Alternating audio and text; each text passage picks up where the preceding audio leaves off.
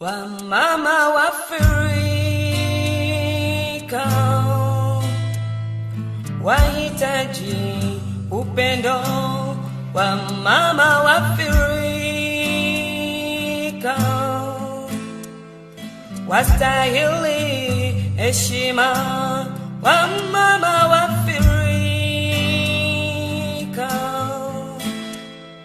wahitaji upendo. Wamama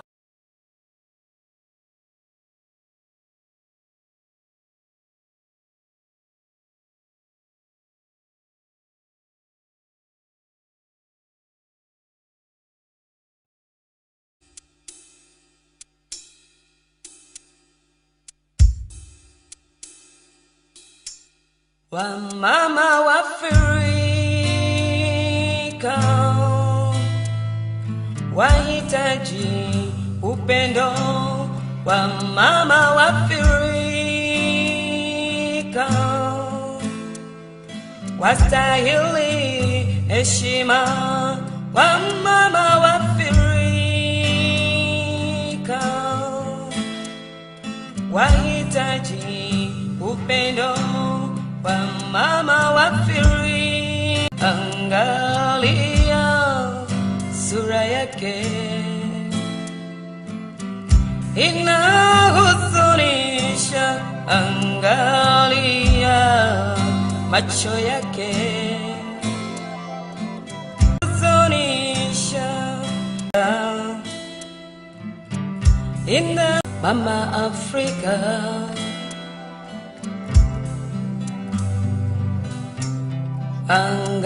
angalia sura yake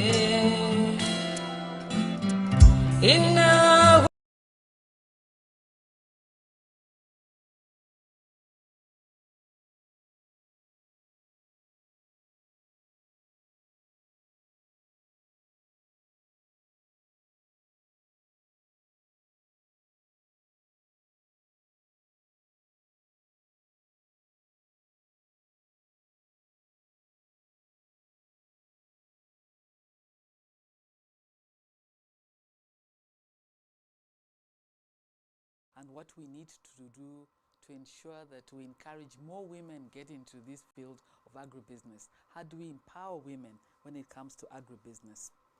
I was just saying that farmers learn by talking, doing, and practicing. It's all hands-on.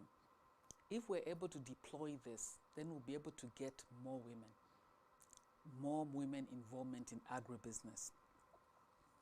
We also want to ensure that we are supporting the government policies, initiatives, the agriculture sector growth and transformation strategy, the Big Four agenda that really favors women. When you go to the Big Four agenda and you look at these 110 crops that the government is promoting out of the 423, those are the areas that we need to look at and see how we can work with the private sector to make a difference. The private sector has to come into this area of agribusiness and then see how they can put women higher in the value chain. If we're able to do this, then we will make a difference in that the 51% of the population that has not been utilized is utilized more than it has ever been, and will make a difference for not just being the farm workers, but being the business owners and being those people that actually manage those businesses. Therefore, women in agribusiness empowerment. Thank you very much for taking the time to listen to me. Thank you.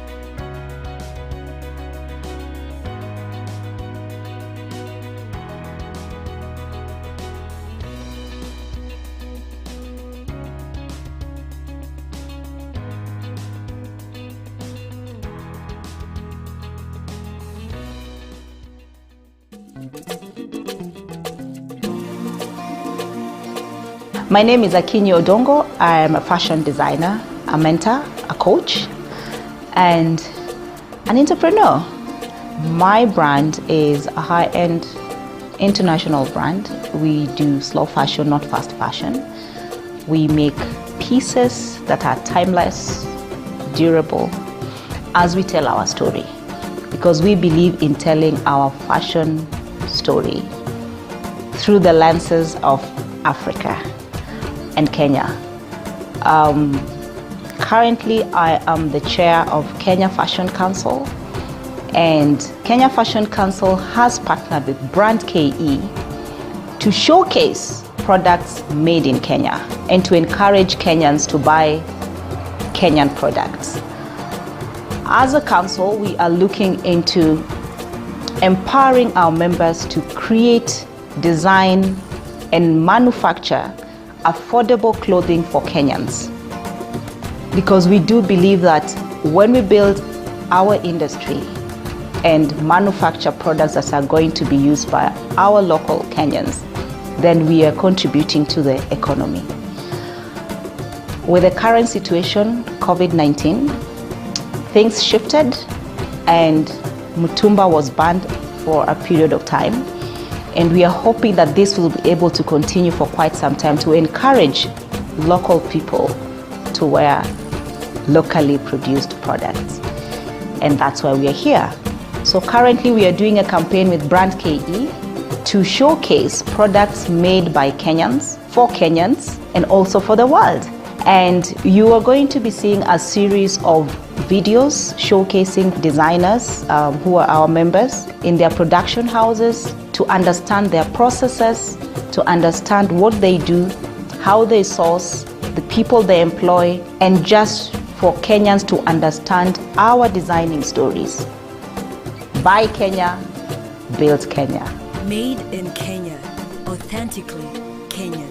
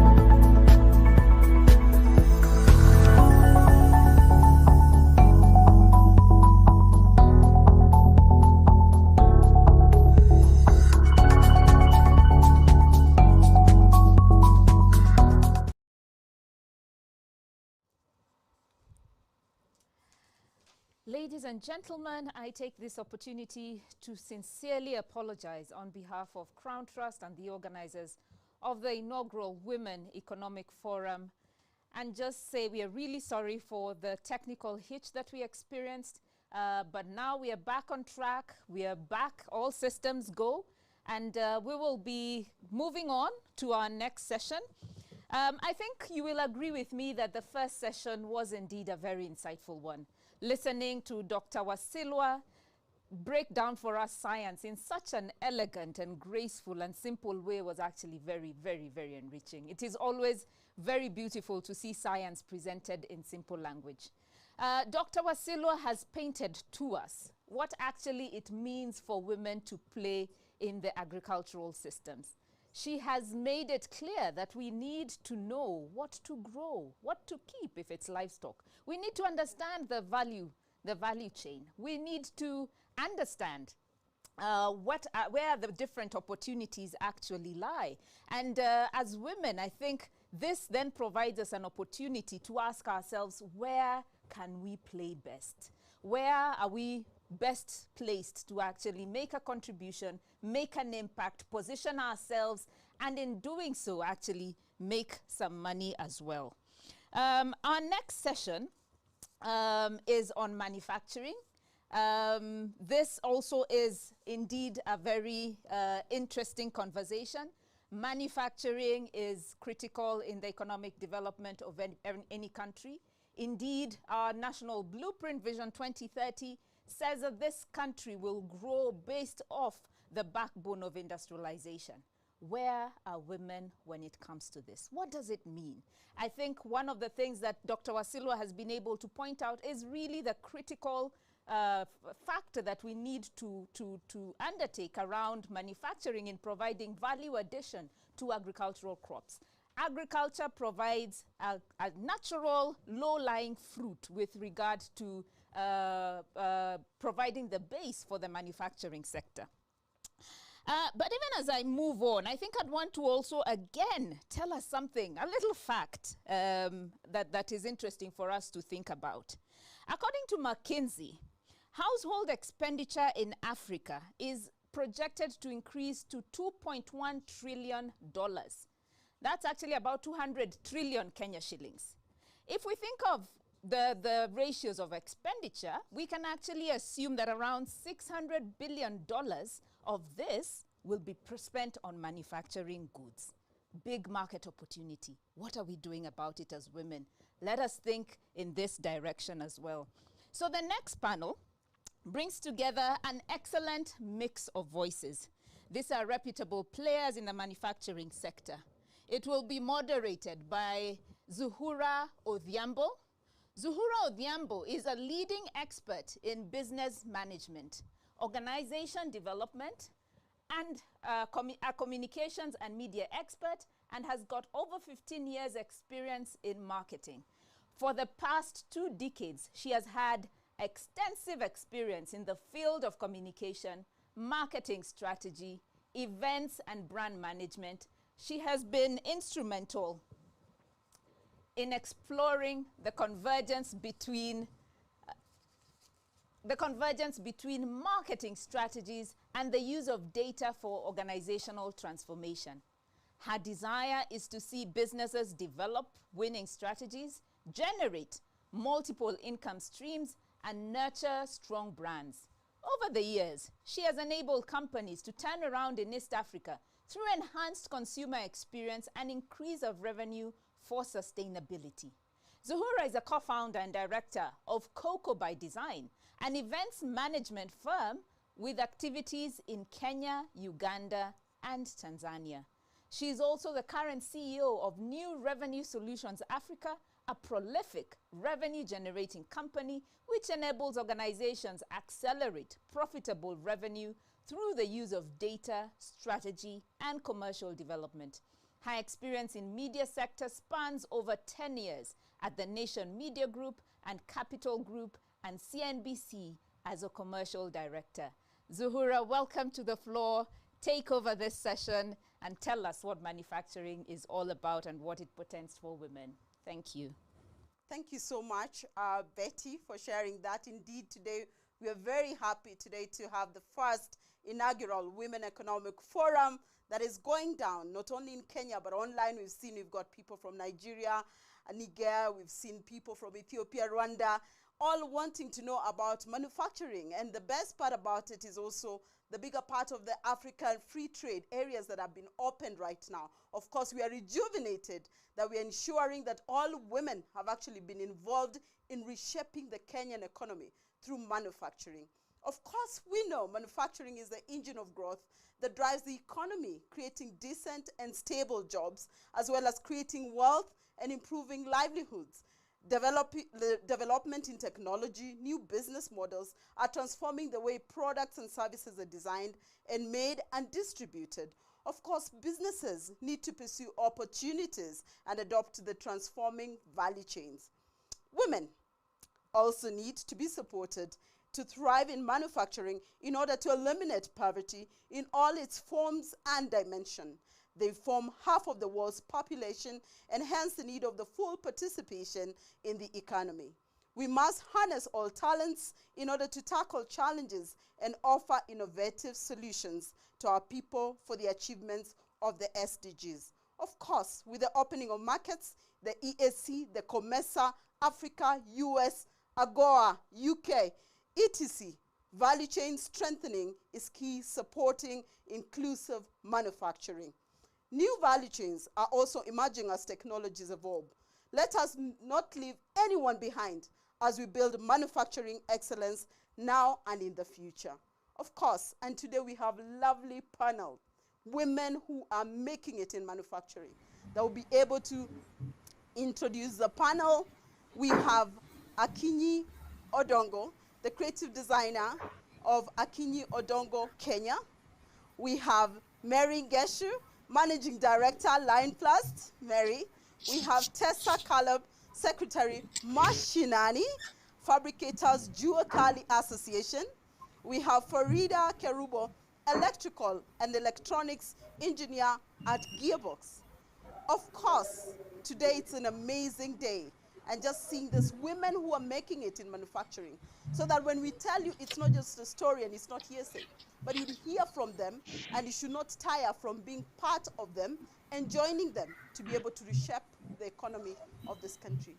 Of course, we've seen a lot of things that are happening with Gearbox, and allow me to be able to start with you and ask you a few questions there. We have Farida, this comes to you. And we've seen, and you've seen the TVC that was shared before this, amazing work that's there. Farida, women have often met barriers in job placements, especially in what has conventionally been male-dominated industries. What has been your experience as a young woman in STEM, science, technology, engineering, and maths, and particularly being part of Gearbox?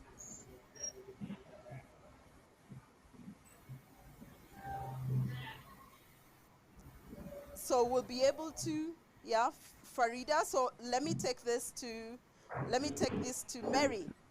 Yes, Mary, you're our queen of manufacturing, loving the work that you're doing. How do we make manufacturing become competitive in the digital world? Welcome.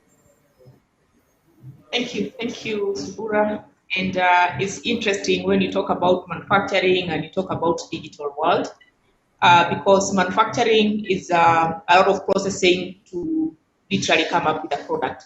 But that does not leave the digital part of manufacturing, because when you're in manufacturing, there's a lot of automation that you can be able to do, which need digital technology. And also in the processes of being a manufacturing, there's quite a lot that you can do. An example that I would give from a quick thought, especially for the women, is like when you look at a product, there are several, when you're able to map your processes, and then you're able to understand that you have suppliers, you have market, and you have the actual operational process to make the product. So you can be able to digitalize your supply by understanding and communicating and shortlisting who are going to be your suppliers. You can be able to develop a supply chain that is able to almost tell you 100% before you go to the market to shortlist what you want. There are also other things that you can be able to do, especially into the marketing side. You can be able to educate your consumer about your product from a digital platform. You can be able to do all your promotions from a digital platform. Right? The 2020 through COVID, we have seen that almost everybody has turned into buying from online platforms. So you can be able to sell through digital platform. You can also be able to get consumer feedback, your customer feedback through digital platform. All this interaction without you spending so much money in terms of physical appearance to interact with your customers in the market, and they would then be able to help you to make better decision in how it is that you deliver or what it is exactly that your consumer wants. Automating your processing, simple, like understanding how you can be able to get reports in terms of production from your machinery, even from your team, on a click of a phone or a computer. Those are simple ways that we can be able to digitalize our manufacturing processes. I don't know whether I've answered your question, Zura. Yes, of course you have, Mary, and very good job that you're doing, with Line Plus, and we really, really, honor you and happy that you're encouraging more women to, come in and see that it's possible. Of course, we've seen what you've also done on the recyclable and environmental friendly PETs that you are working with, and thank you so much for sharing that.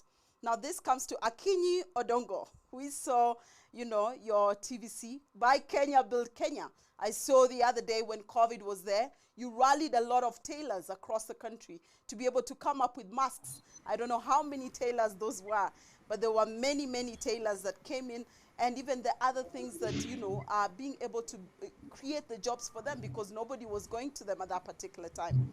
If I may ask you, Akinyi, what strategies can we use to integrate women into manufacturing and research chains from your creative perspective? Thank you, Zuhura, for the question. And first of all, I just want to break it down for people that when we talk about manufacturing, we seem to think very, big machinery and everything that that has a lot of investment. As the event was starting, I was seeing some women from Makueni, giving their testimonies on what they've been able to do. And it was basic things that they were doing, which we don't look at as manufacturing. In fact, when it comes to manufacturing, I do believe that manufacturing has been with us here in Africa for a long time. It's just that we've not been able to monetize it. And it's high time we monetize everything that we do. We manufacture everybody's a manufacturer. From in the morning, all of us made tea or made coffee, whichever. You are manufacturing something. So I think we need to first break down that manufacturing is as simple as making or creating something. It may be for yourself or for others, but the thing that you make for yourself, how can you be able to monetize it so that you're able to make it for others too and earn money out of it? And that's one of the things that I think we need to have broken up. We need to understand that manufacturing is not just big machineries and employing thousands of people, but in our own ways, wherever we are, even in our homes, we manufacture a lot of stuff. COVID has really pushed a number of us, and most people are working from home or manufacturing something from home, and they're selling online. So when I look at especially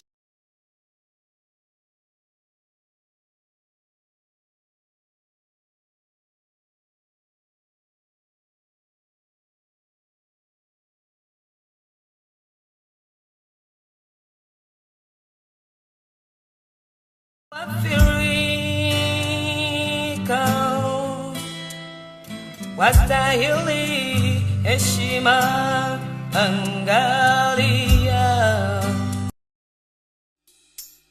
wamama wa Afrika.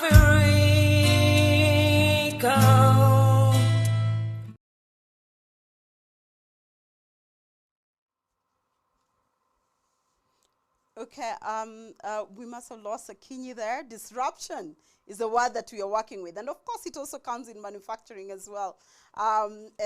Very good, she was sharing that But even as we look at it, now I go to Gearbox. Gearbox, you've seen, it's an initiative that aims at improving the ecosystem of hardware entrepreneurship, you know, by providing flexible working space, sharing prototyping facilities, Kamau doing an amazing job with Gearbox, and of course training in manufacturing and fabrication and design, as well as mentorship, investment, and the opportunities and the community development.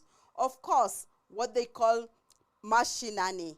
Now, just to take you, Tessa, in regards to that, Gearbox and Mashinani are centered around the idea of providing maker spaces for shared use of to promote mass market manufacturing. How is Mashinani scaling the manufacturing industry in Kenya, and how have you incorporated technology to promote the uptake? Thank you very much, Zura. Just to put it in context, for those who are still new to it, Mashinani is a shared production space.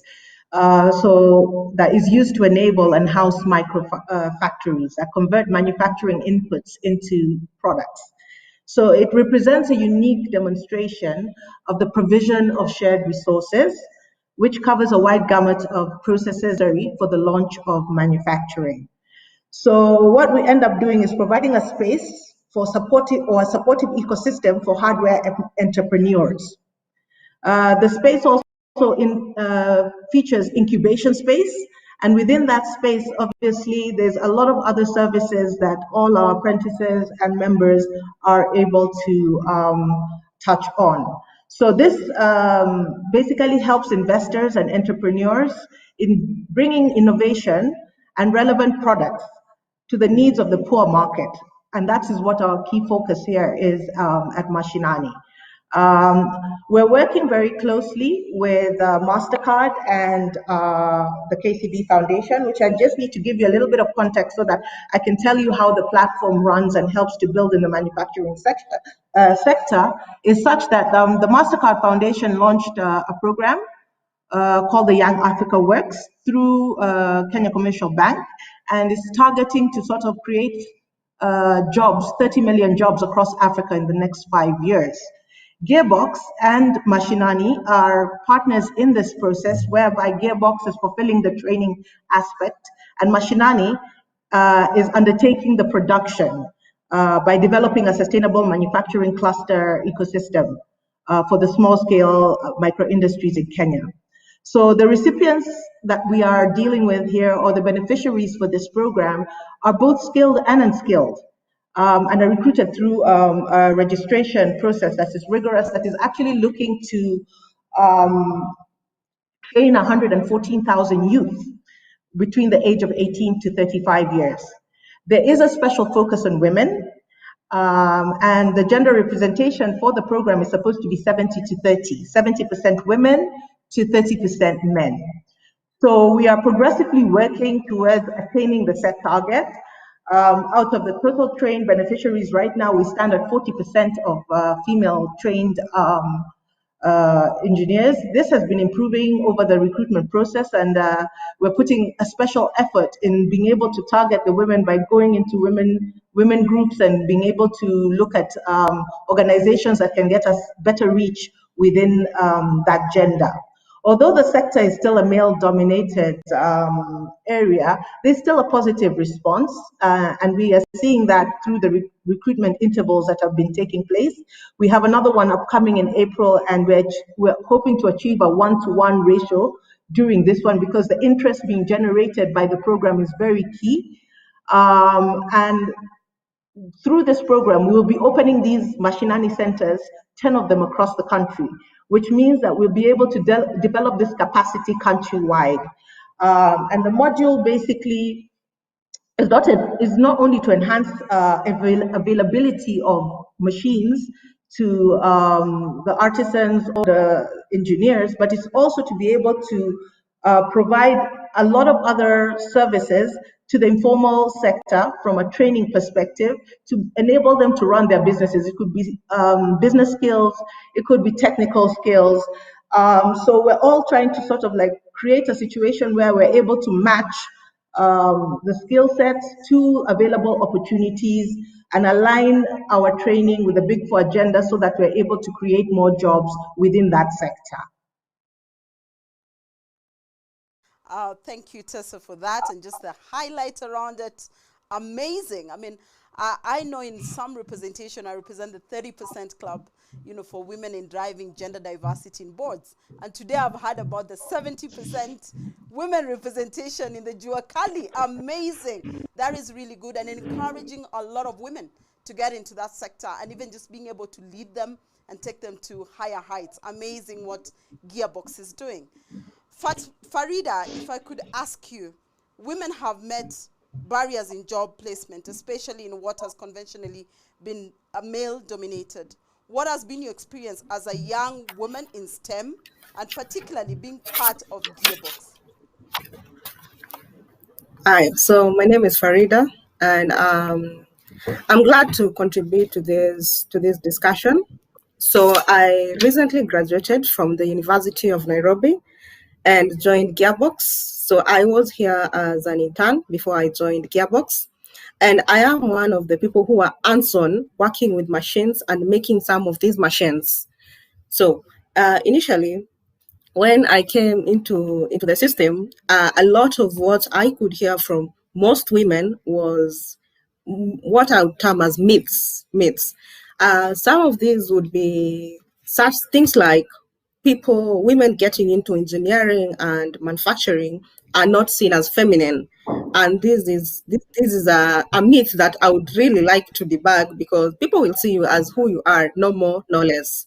I work with machines, I do installations, I build things, and I feel like as a woman in Gearbox, being here, it has given other women who come in here an opportunity to see themselves as being able to do that.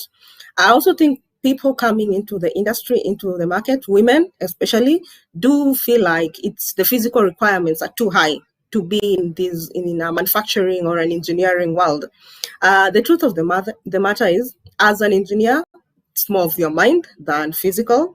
You do get to do installations and everything, but a lot of the work that has to be done is more mind work. Yes, thank you. Wow. Thank you, Farida Kerubo, of course, from Gearbox, encouraging those who are in STEM and having solution for those who feared the areas, but be able to see how we can be able to reshape the economy under the manufacturing sector.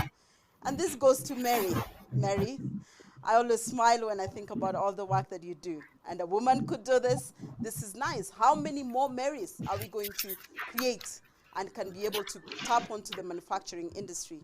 If I could ask you, Mary, how can we enhance capacity of women to understand the value chain within the manufacturing sector? How can we enhance them to understand that value? Thank you, Zura. And I think this is the most interesting question that in manufacturing industry we should always ask ourselves as women. How can we enhance our capacity? I always said, who you are yesterday should not define who you're going to be tomorrow. And if you allow me, I'll share a bit of my journey, because I am trained as a telecommunication engineer. I worked for telecom for 15 years. And then after 15 years, I got myself into entrepreneurship. I joined my husband, where we started a printing press, and after 6 years, we started the packaging. When I joined my husband to work with him at the printing press, I came in with the usual mind that I want to help him with administration, a bit of accounting, making tea in the office, and those were my basic role that I started with. But interacting with our customer, I realized that we are doing labels for them, and every label that we manufacture, they are putting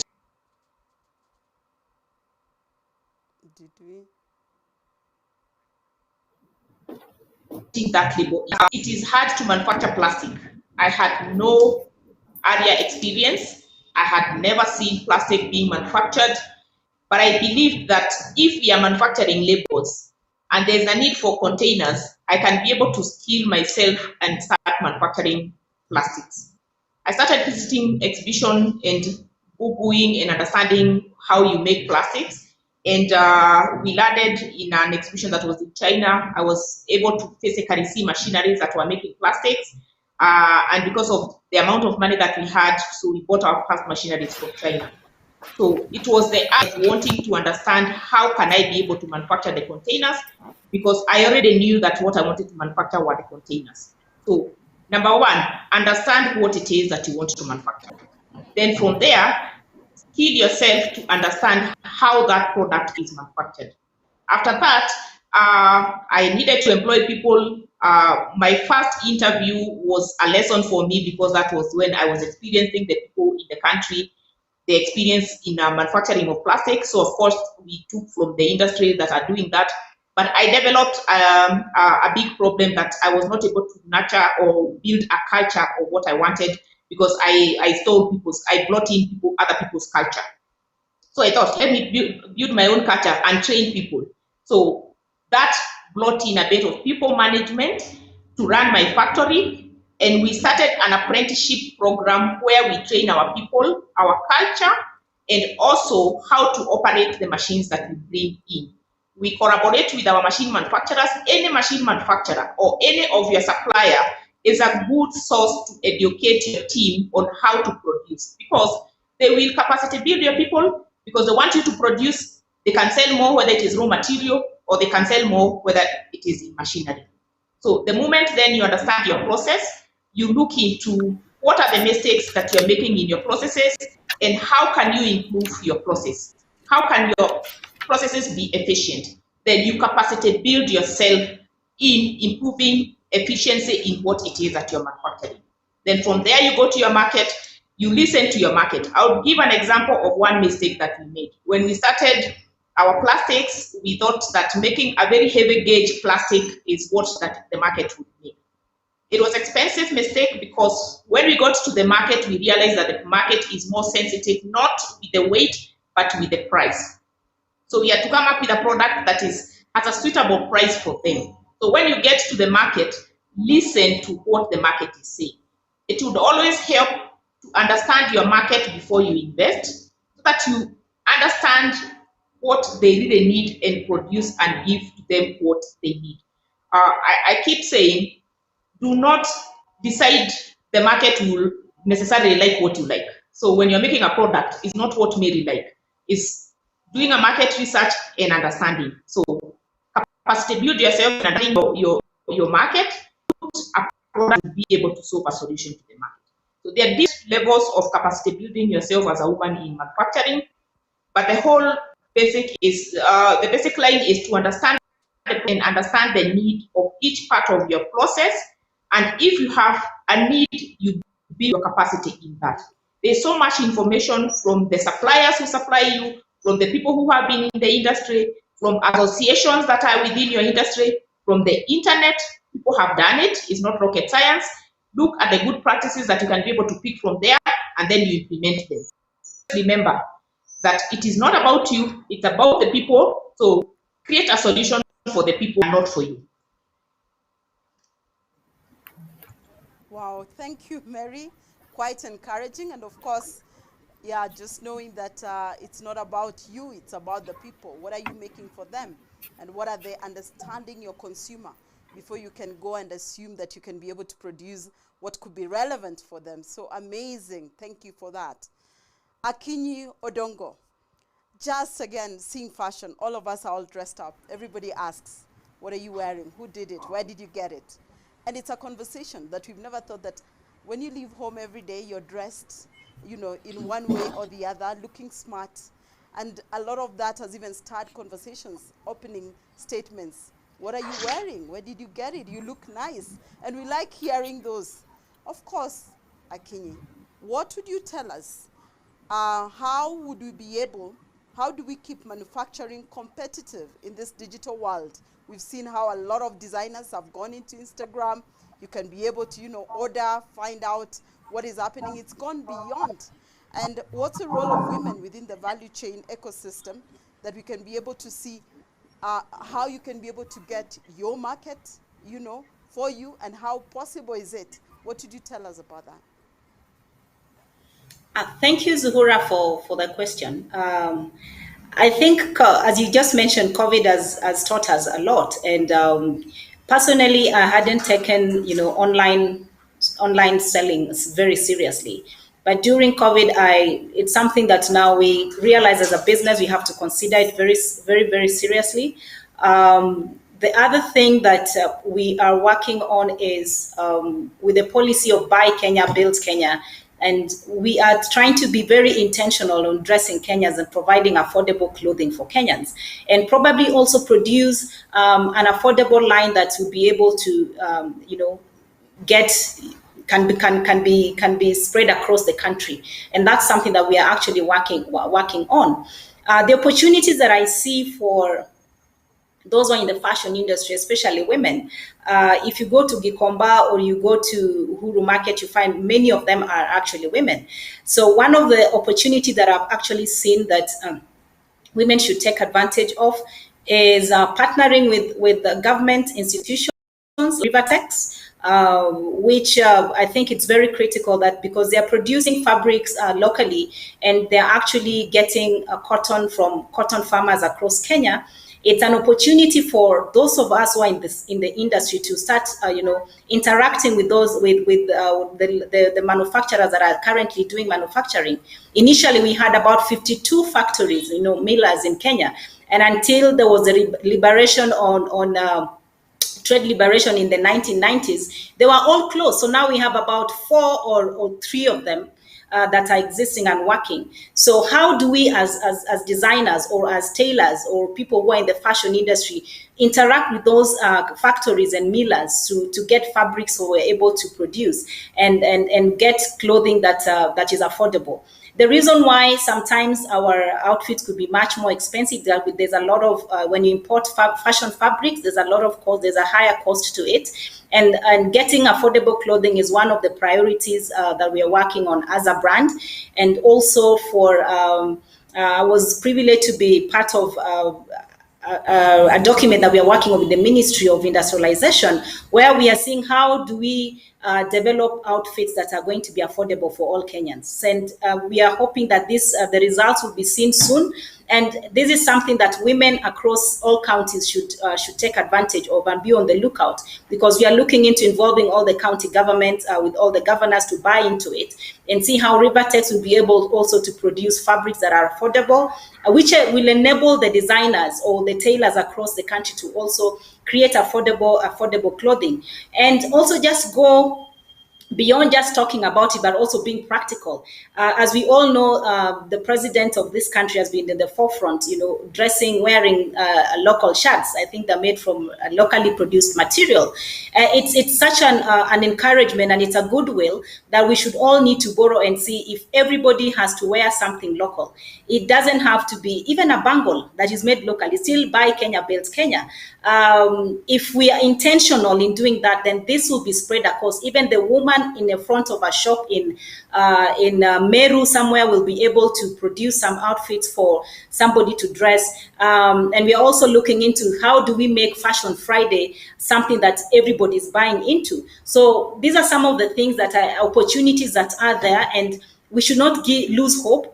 Anyone who is teaching, whether you are in the village somewhere in Isiolo, or there's an opportunity for us, but we have to be intentional as Kenyans to buy locally produced, whether it's tea or it's in manufacturing. We just need to be very intentional, and especially supporting the cottage industry. There are many businesses that are doing their small businesses from home, and a number of us also, many people have now maybe closed shop because they can't afford rent or the challenges that are there. It's time to come together and see how do we work together, and I do believe in creating solutions for the problems that we do have. And again, with that, just with the experiences that I've been able to have, I'm looking into creating a space where we can have different brands, selling in that particular place, and that's something that we'll be able to share later. So there are opportunities, and I think we need to support each other. Buy local. I'm very passionate about Buy Kenya, Build Kenya, and support any small businesses that are there. And all those businesses are manufacturers. Whether you're only starting with 4 jars of jam, or you're only making 2 shirts or 5 blouses, you are a manufacturer. And that's something that you need to put in your mind, that as a manufacturer, you're working towards making your things, you know, it will reach a point when you're automating things, just as Mary was trying to say. But again, you can create structures that will be able to build your business from producing that 1 shirt to producing thousands and thousands of shirts. Yeah. Wow. Thank you, Akinyi. And I like the part of demystifying manufacturing. It starts all the way from down there when you can do 1 piece, 2 piece, 3 pieces, and all the way to industries. And of course, with a lot of programs that are skilling us up and scaling the women businesses, we are likely to see how we should then be those celebrated businesses that are there, that are reviving this economy. And we are ready to champion the manufacturing sector and encourage each and every woman who has got talent in whatever they are doing to be able to take it, and the market is there, and we can create the market linkages for them. This goes to you, Tessa Caleb. Mashinani, first of all, I like the name because it's machine and then nani, but it means again it's Mashinani. Mashinani recently got into partnership with the Kenya Federation of the Juakali Association so as to scale up opportunities in the Juakali sector. How will the partnership enhance the Juakali and more so integrate women into the manufacturing chain? Right.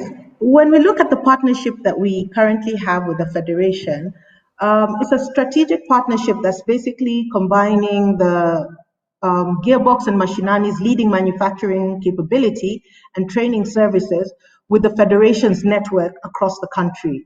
And this can enable mass manufacturing opportunities to Juakali across the country.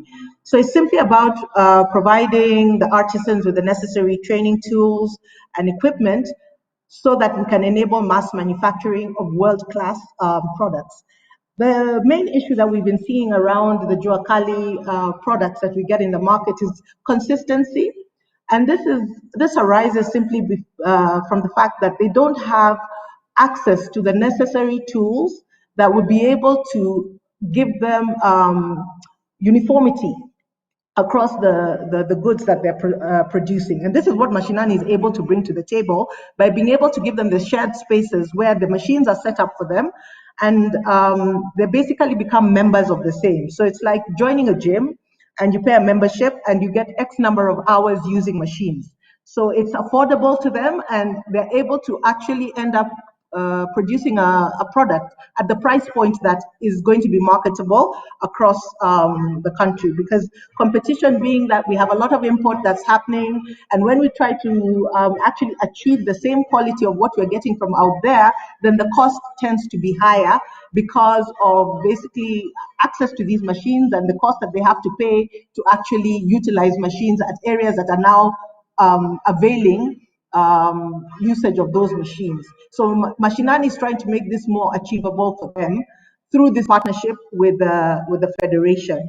So we're also going a step further by trying to offer a structured mass market opportunity. I think it's Mary who was talking about undertaking what the market wants, which is a very key thing that we're doing here at Machinani, because we're, as mentioned earlier, we're doing a human-centered design approach, which means that we're actually going to the market and we're trying to find out what do people want.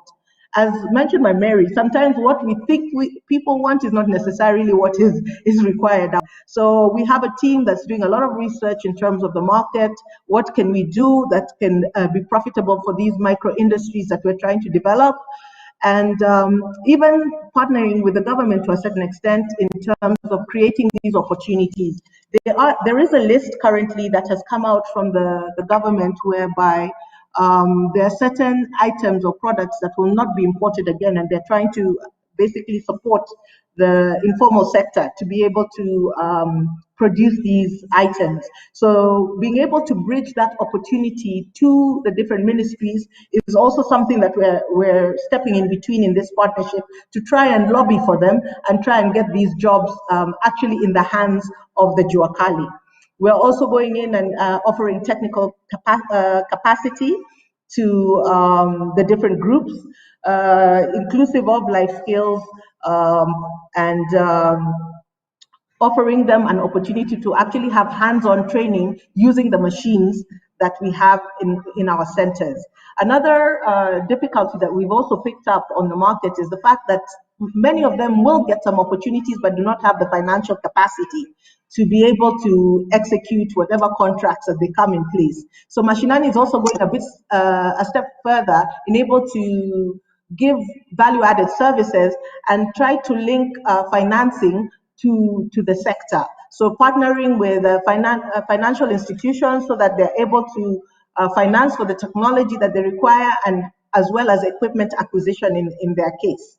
So when we look at it from a women perspective, we're actually looking in groups within the Juakali, like for instance, the Baraka Women's Group in Gara, where we try to understand the challenges that they're having from a mass market production perspective, and offering them affordable solutions, going in and doing the technical training and business skills that they require, seeking opportunities for them in a public and private sector to empower the women within that industry.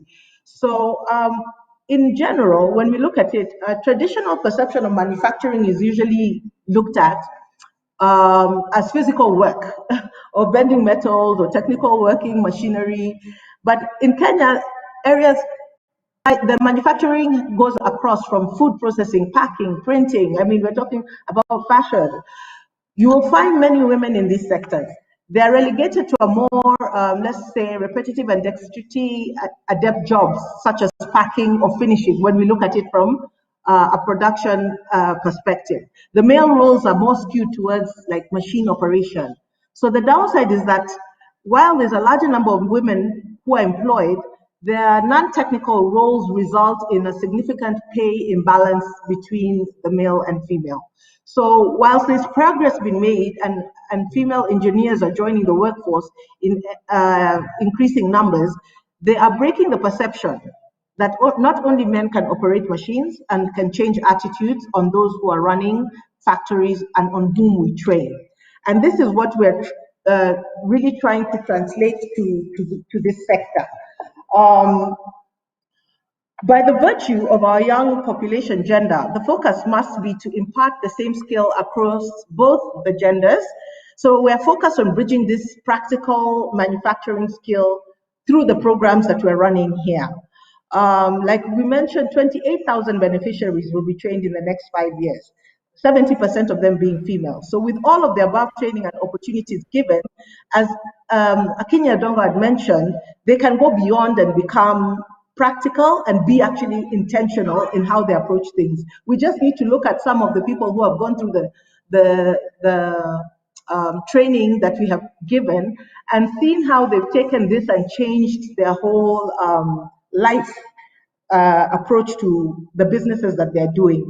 We have a young lady who basically passed through here and through the training now started looking at a human-centered approach to her business. And what she set up was a company called Jijenge, whereby she was looking at taking plastics and manufacturing bricks for housing. And what Mashinani has helped her do is also basically build the necessary machine that is required for her to do mass production. And this machine, she's been able to actually now start producing it and selling it, leave alone just doing the production of the bricks themselves, which has actually given her international recognition for what she's doing.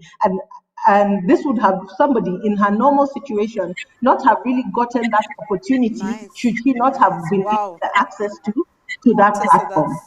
Yeah, that's really, really nice. And even just, I mean, from the story you've shared, and even just trying to demystify and carrying everybody with us, and even what seems impossible is made possible by all of us and the solutions that you're giving as Gearbox. Much, much appreciated. Yes, so we go to Farida. Farida, as I would ask you, given your experience at Gearbox, what is your view when it comes to the role of women within the value chain ecosystem? If I could ask you to say that, how would you answer that in 2 minutes? Thank you so much, Zuhura. So, as a woman in myself in the value chain, I play a key role in the design and the coding and making of machines that are used in manufacturing. At Gearbox, we train other women to do all these things, to operate these machines and actually make these machines. I remember we did assemble a plasma machine that is used for cutting metals right here in Gearbox, and the team that assembled it constituted of myself and two other females. So, as women, when we are coming into the value chain ecosystem, we are contributing a lot. We have women who are doing the product development, women who are doing the sales, because us as engineers, we can do the product, but we cannot really market it. So we have more women who join us in the team who are doing the marketing for our product and the research. Yeah. Of course, once you get the product, it's so easy to have the market. And maybe because I wear a commercial hat, there is need for each and every product that can be manufactured. Amazing conversations on manufacturing, of course, and value chain, that we're looking at how do we tap on it to reshape the economy of this country. And very excited that in our inaugural Women Economic Forum, we have had amazing panelists that have shared, and more so the one I'm on right now, which is on the manufacturing.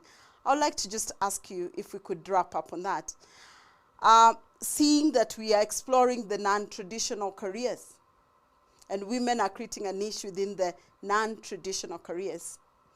Mary Gesher, what would you like to just sum up as that, and even be able to let us know what next? Thank you, Suhura. I'll say the ground has been set, especially for the woman. There's a lot that is going on. It is then our responsibility, we as women, to stand out. We take the opportunity and exploit the ground that has been set for us. We need to move that mind of belittling ourselves that we cannot be able to do this, we cannot be able to do that. I like the young girl who has said that it is brain and not physical work. Manufacturing is brain work. The machines are doing the physical work. In my organization, I have more than 40% women. They are not making tea, they are operating machines. We have trained them. Apart from the technical training that you get from the institution, there's a lot of training that you can learn in the manufacturing. And as Akinya Dogo started by saying, we wake up, we are trained how to make tea. It's the same way you can be able to be trained how to operate a machine and let the machine do the technical work, and you only do the brain work that is required in the manufacturing. We need to focus as women. We need to think big. I understand that we have to start with one step at a time. We have to start manufacturing from our kitchen, from the backyard of our homes, but we need to scale up and get industries that have international standards. We need to understand what the consumer needs. We need to come up with products that are quality. We need to complete the regulatory requirements.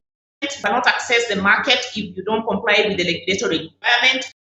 We need to stop seeing those barriers, and why the regulator want us to comply, because they take care of the people who we are selling our product. They want to make sure that we are selling the product that comply with the needs of the market. So we need to stop seeing the regulatory as a barrier, and we see it as a body that enhances us to access the market.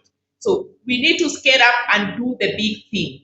We need to stop looking at ourselves as part of the value chain that supplies to big industries. We need to be owners of those big industries and develop other women to supply us. So as women, let us stand out, let us focus, and let us scale up. Let us sit on the table. Let us be where the policies are made. Let us be where the big boys, we call them the big boys, are, so that we understand how they do businesses and we can be able to scale ourselves to the big businesses that we have been created for opportunity to explore in the manufacturing industry. Wow, that's good. I like the part of let us sit at the table. because of course at the table is where policies are made, decisions are made, and we are able to elevate and be able to even plan and be able to shape, of course, the manufacturing sector. And we're excited about that, and thank you for that, Mary. For sure, honored to always learn from you. Akinyi Odongo, as we wrap up, I've just seen one of the queries has been on accessibility of, the textile in Kenya. How is that possible? There are those who have the perception that are they really there? Of course, our likes of Rivertex and that. And also to the cotton farmers. Are they getting the worth of what they are planting? Remember, we've also talked about agriculture, which then we're encouraging a lot of people to be able to get into agriculture. And one of the areas, and we've seen the revival of it, is the cotton industry. So again, are the farmers well rewarded in accessing that particular textile? How does that go as you wrap up about the creative industry? Thank you, Zuhura. And for the question on cotton, if just to remind us that for quite some time, cotton farming had been, it wasn't really, people had forgotten about it in a way, because when the 52 factories, were closed, it wasn't anything that was bringing in income. So most farmers had left cotton farming because there was nowhere to take them. And just also in the same spirit that we have only three, I think we have 3 companies right now that are doing the spinning and the weaving.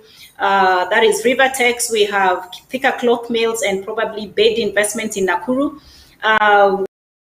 The intake, the direction really is there. I mean, the government has prioritized, cotton farming to also for us to produce fabrics locally. And some of the guiding policies that the documents that maybe people could actually go out there and look at where the textile and apparel has been prioritized is Kenya Industrial Transformation Program, KITP. We have the Big 4 agenda, we have the Vision 2030, and now Buy Kenya, Build Kenya. Those are 4 documents that each and every woman needs to look at and see what are the opportunities that they can actually take up. And especially for the textile industry, I think there's a lot going on, and cotton farmers need to start, planting cotton, because I think also Rivertex is very intentional in getting locally produced cotton, same as Bedi and also thicker cloth mills. So there's a goodwill, there's an opportunity, but I think because people got tired of, going back to do this, where am I taking it? Who am I going to sell it to?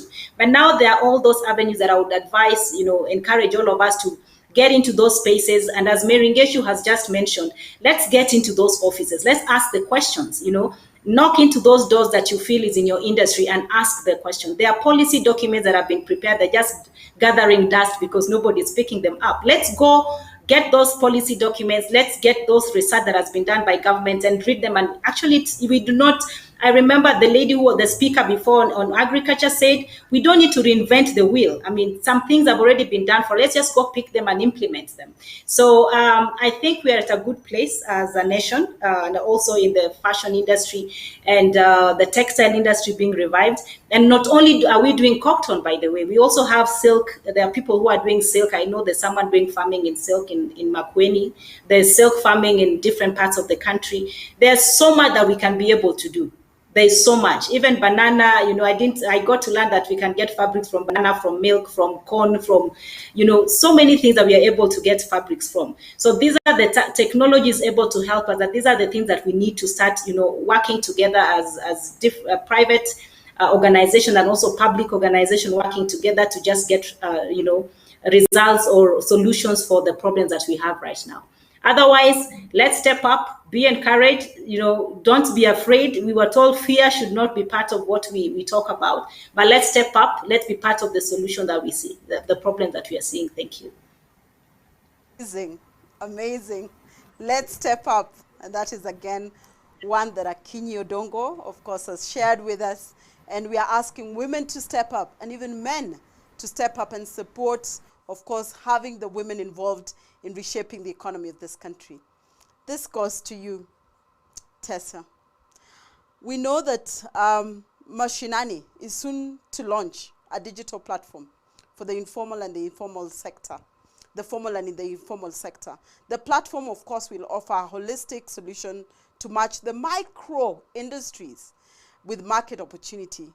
Where are you seeing this? What's the next step in the manufacturing sector that touches on what you do? Thank you very much, Zura. When we look at the manufacturing value chain, it's very expansive, and we have an opportunity to fall in any role in between, because we start from even just the design, where there's, we have IP owners, we have business owners, there's even factory management, technical engineering. When we look at the production side of things, it could even be from a supplier point of view. There's a sales and marketing that we talked about earlier in terms of being able to get this get this product into the hands of your consumers. And then there's a distribution.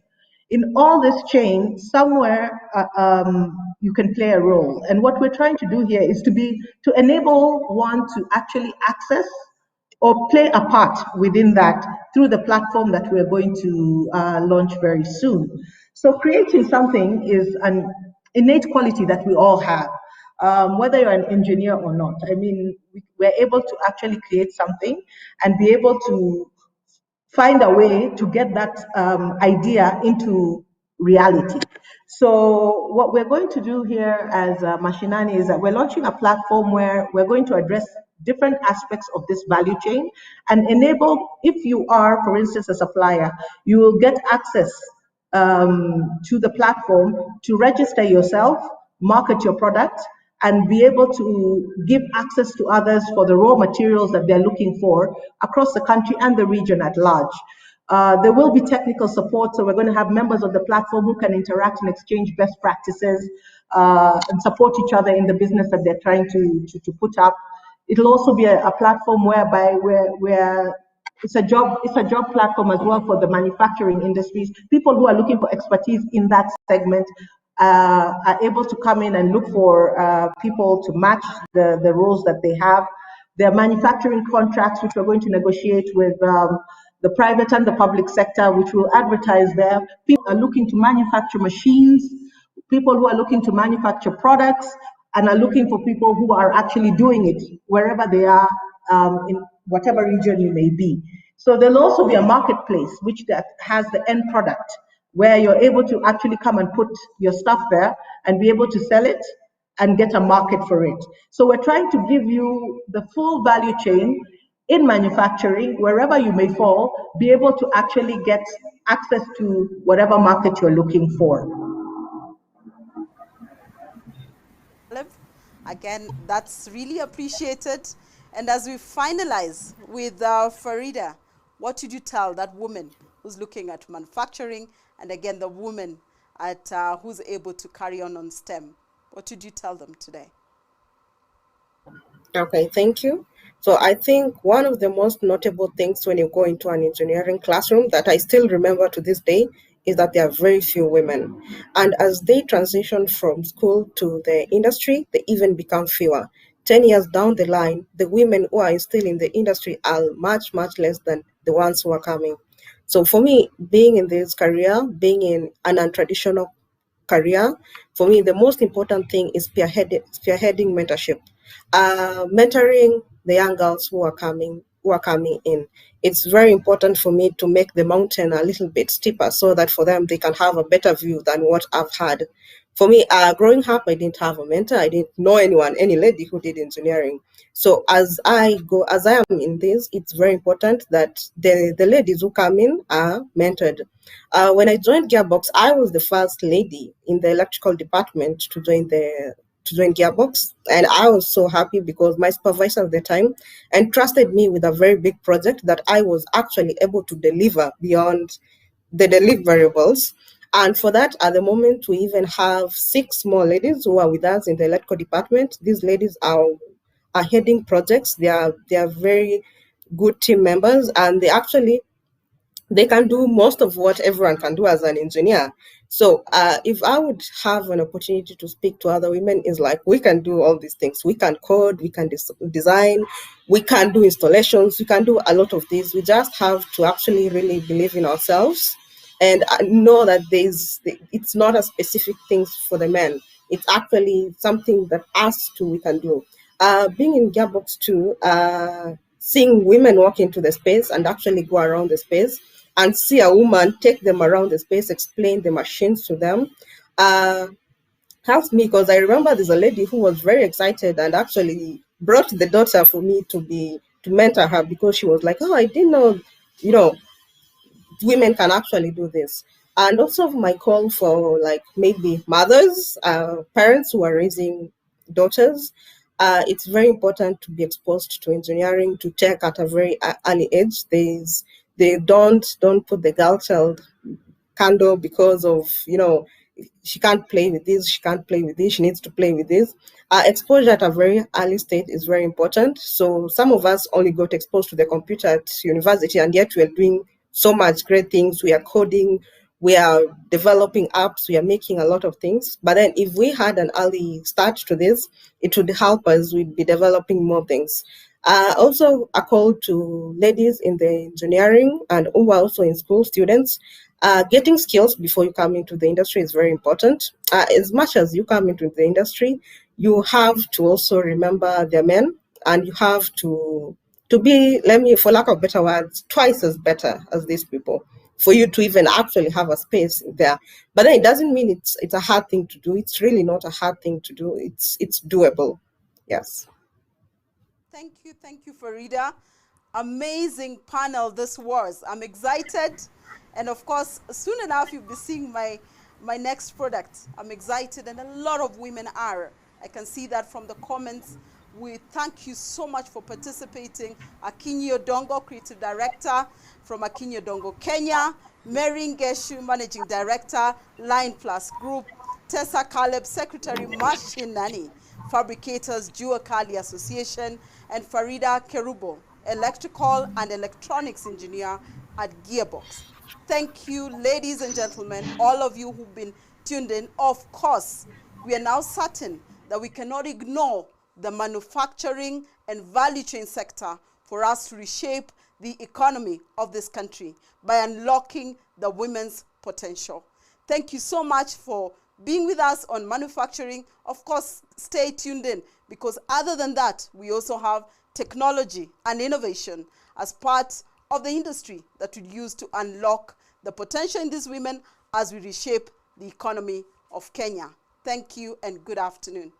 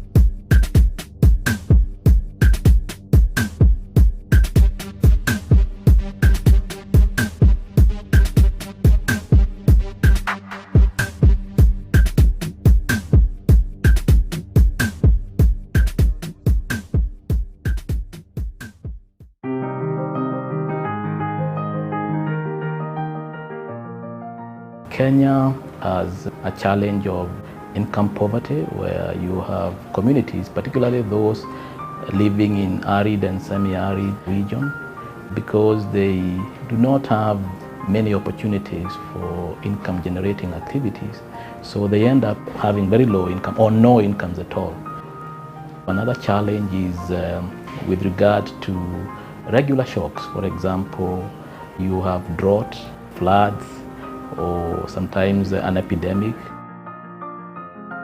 Profit is a rural finance program supported by the International Fund for Agricultural Development, IFAD, which is a UN agency, and the government of Kenya. Financial graduation is a subcomponent of technical services. The rationale for selecting financial graduation to a program which is essentially rural finance was to address a segment of the population that is deemed to be too poor, that they can't interact in the financial and commodity markets.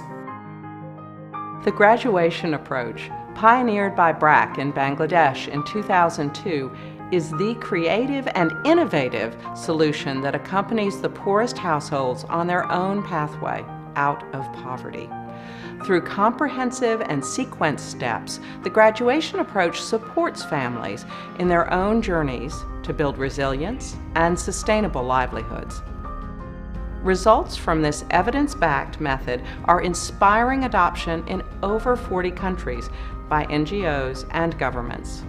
Using technical expertise from BRAC and in cooperation with the Government of Kenya, CARE and the BOMA project are implementing the Profit Financial Graduation Program, which targets 2,600 women and youth. BOMA works with the extreme poor in the arid and semi-arid areas of northern Kenya. We empower women, build resilient communities and families, instill hope, and change the conversation about what's possible. Samburu County has some of the worst basic poverty indicators. I believe it's in the top 15 poorest counties in Kenya. CARE's mission is to eradicate poverty, and in Kenya we target women and girls as our impact group, and we look at poverty that is caused by gender inequality. The program that we're working on right now is in Chuso sub-county of the larger Kitui County. The families in the Profit Financial Graduation Program receive 6 critical interventions. They include an income-generating asset, a consumption stipend, links to the National Health Insurance Program, savings support through groups, training on social and health messages, and mentorship through household visits. This project has brought about a lot of changes for the participants in Samburu. The women that are participating in the project now have an income where they're, through the businesses that they've started with support from the project, so they have a regular income, they have access to better food, so they're much more food secure. They have access to health through their enrollment in the NHIF. And I think for me the most compelling change that I've seen in the women is their agency, their empowerment. As members of the community, as women, they're much more in control of their own destinies. Most of the beneficiaries will tell you that they were voiceless. So as a result of being mentored in terms of household visits to emphasize what they have been learning, and in terms of mentorship at their income generating activities and mentorship at the VSLAs, they can articulate their issues better. Ende ayu anatoka mana amo memba tokia no makwana bala ni no ni mana ambu mitebo danandu ma eto na menda kuboya monyo menda boya skali ninyango manenge yitu yondola mana ambo ya na yu ajo kwa daga kuni baras go tu mada kompoka yo ngara ngoto numai mikela utanto kinikia yisipetele amkia ta sinu kusudo nikinta ishitara pa na makore kitokukia uyo kia tanto kupoke. Financial graduation has opened our eyes. We have seen it is possible to identify and work with people who could otherwise not be reached, people who are ultra poor, and make them lead sustainable livelihoods. To that extent, financial graduation, using the lessons that we have learned, will expand in this country within the social protection programming space. Extremely poor people can often be invisible to their neighbors and to their governments, discriminated against and excluded from the most basic of services and opportunities. Graduation walks with families as they transform their own futures. We are all on a journey to achieve the Sustainable Development Goal 1, ending extreme poverty by 2030, and it demands that we travel together with governments, with donor agencies, NGOs, and the private sector, and that we accompany poor families so that we leave no one behind.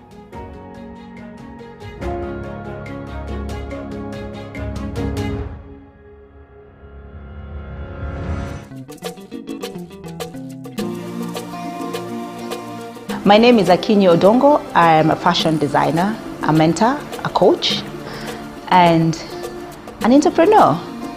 My brand is a high-end international brand. We do slow fashion, not fast fashion. We make pieces that are timeless, durable, as we tell our story, because we believe in telling our fashion story through the lenses of Africa and Kenya. Currently, I am the chair of Kenya Fashion Council, and Kenya Fashion Council has partnered with Brand KE to showcase products made in Kenya and to encourage Kenyans to buy Kenyan products. As a council, we are looking into empowering our members to create, design, and manufacture affordable clothing for Kenyans. Because we do believe that when we build our industry and manufacture products that are going to be used by our local Kenyans, then we are contributing to the economy. With the current situation, COVID-19, things shifted and Mutumba was banned for a period of time. And we are hoping that this will be able to continue for quite some time to encourage local people to wear locally produced products. And that's why we are here. So currently we are doing a campaign with Brand KE to showcase products made by Kenyans, for Kenyans, and also for the world. And you are going to be seeing a series of videos showcasing designers who are our members in their production houses to understand their processes, to understand what they do, how they source, the people they employ, and just for Kenyans to understand our designing stories. Buy Kenya, build Kenya. Made in Kenya, authentically Kenyan.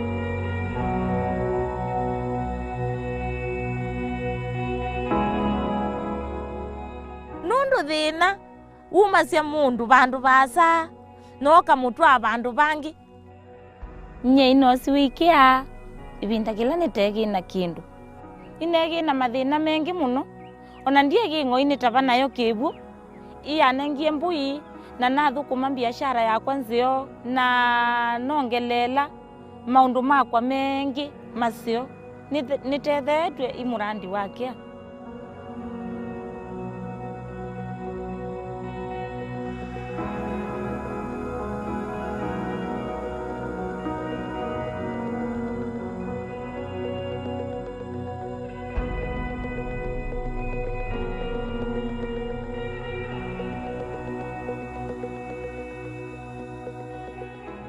inendie bala naonete wiyawi bandu baso baswekyao nathi nosa ngilile mwana manatano nathwa sukali mutuanganu mauta giya na mayani nathi kugia athukumia ala methi wa mothukuma baukiaoni inasobisi mbesa siakwa siegi opio na ngilie mwana manatano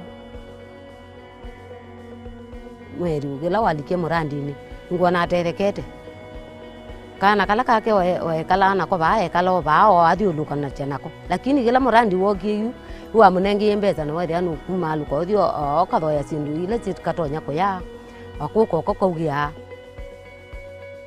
akudi bandu baza akudi da ziara akudi akudho wa sindu cha kudho cha akuka akudho cha na adho cho kudi no wa kwato okenduka akudho ya kana kindu yungo na murandi uzunoende teneza kaende u with sawa na kuongela ndani yake na munda kindu kwana unakwate mangoto na makomba munda na akwata liu kila kingi nasia ibinda kila kiayo kieko iya tusome thesi maundu manjie selo kula kwitu itwethi watu kwatanite meringo round tukumye silingi giana ikyo kindethe cia kuthoa ibila iyo kwana ni kalilite kila nendie meringo round ibo nethiwe nebo sugia kukwata ngili 35 na thwaka space yoka kwa kanini kala ikoni kala oyu na ciana ciakwa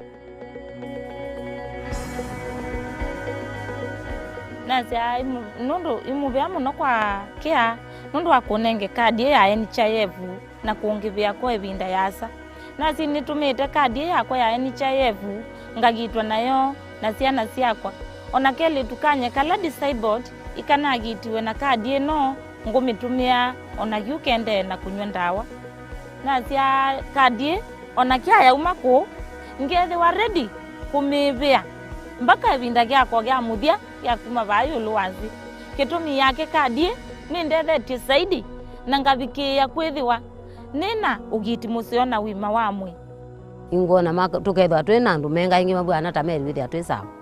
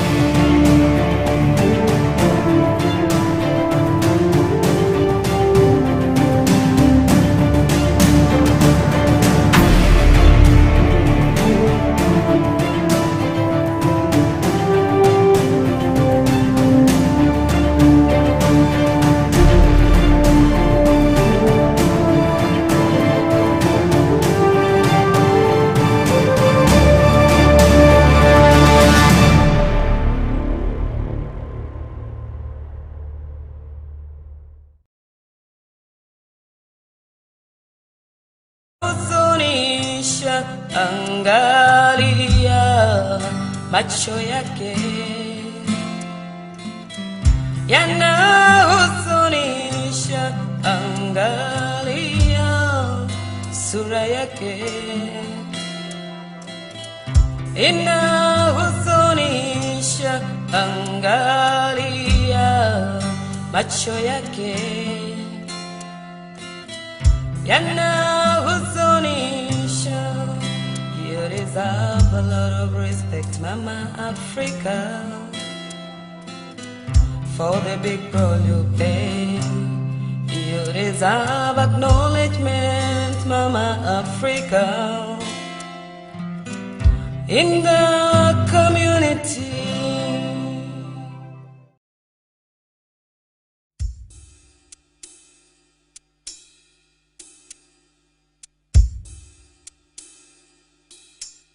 Wamama wa Afrika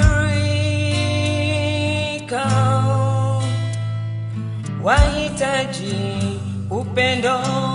Wamama wa Afrika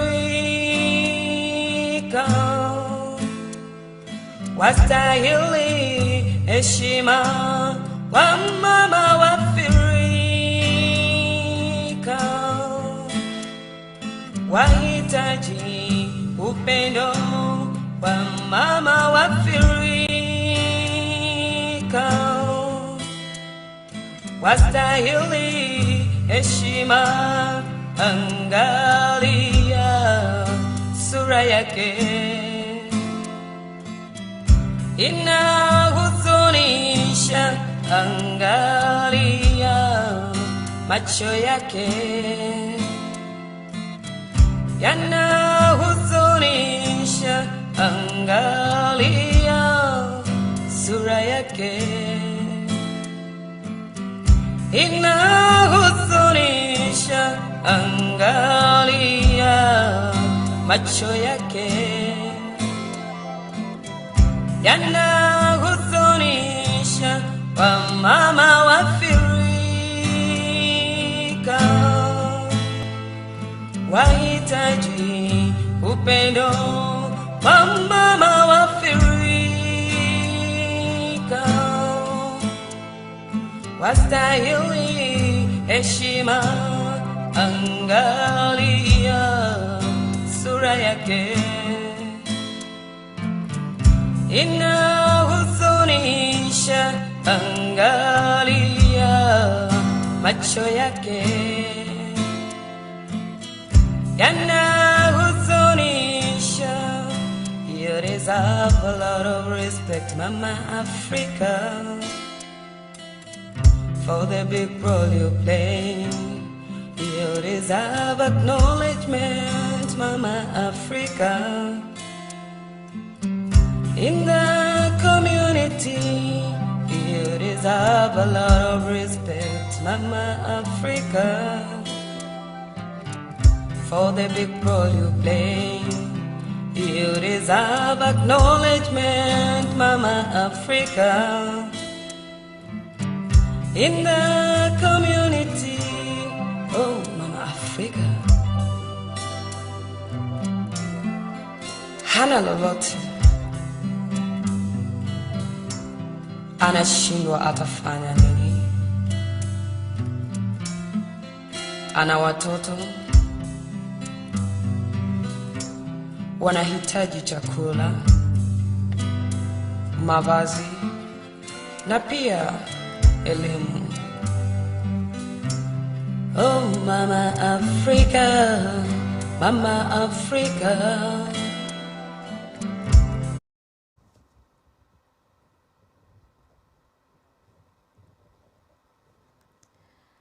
Welcome back, ladies and gentlemen, to the inaugural Women Economic Forum Kenya.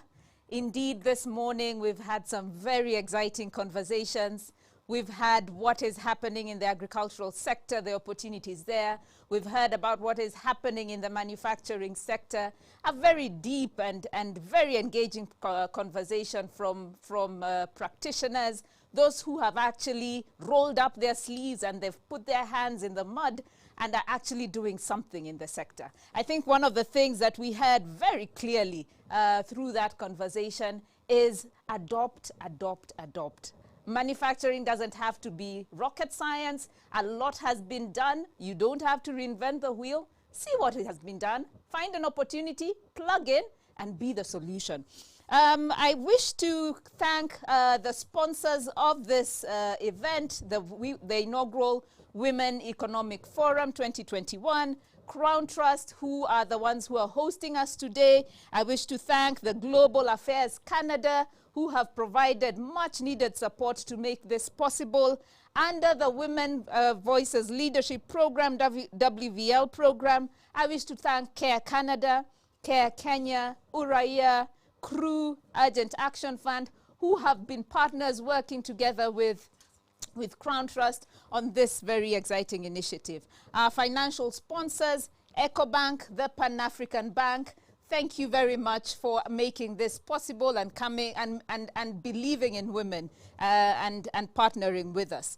Thank you also to NRSA and Digital Oasis. Thank you very much. We now will go into our next session.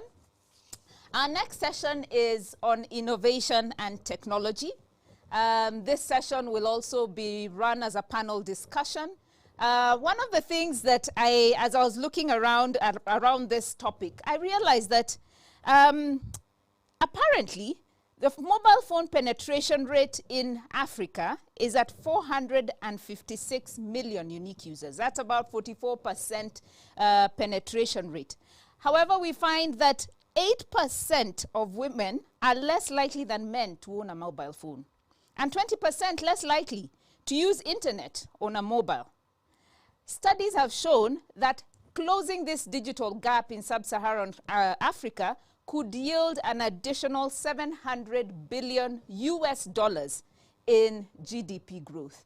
I think those numbers are extremely compelling. So in the next session, as we invite the panel for this conversation, they will be answering some of these questions. The panel that is coming up for sure will be able to shed light on this subject.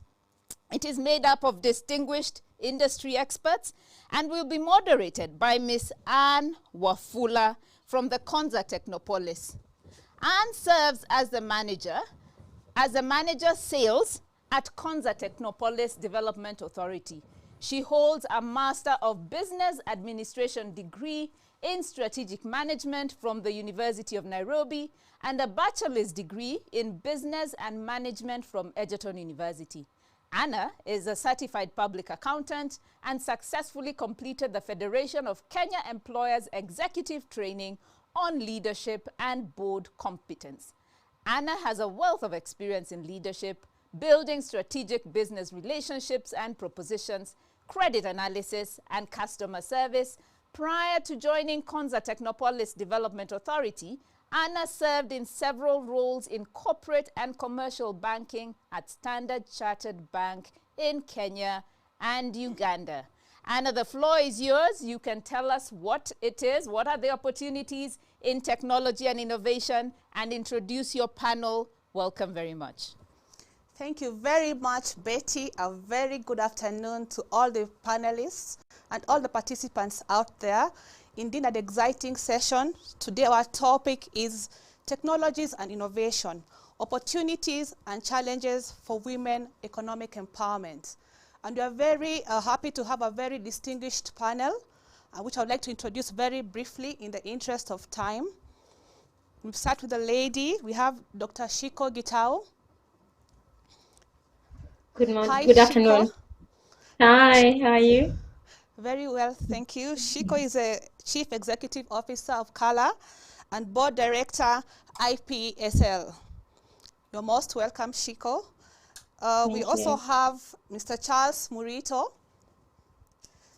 Charles. Good afternoon to you. Good afternoon, Charles. Charles is Google's Regional Director, Sub-Saharan Africa.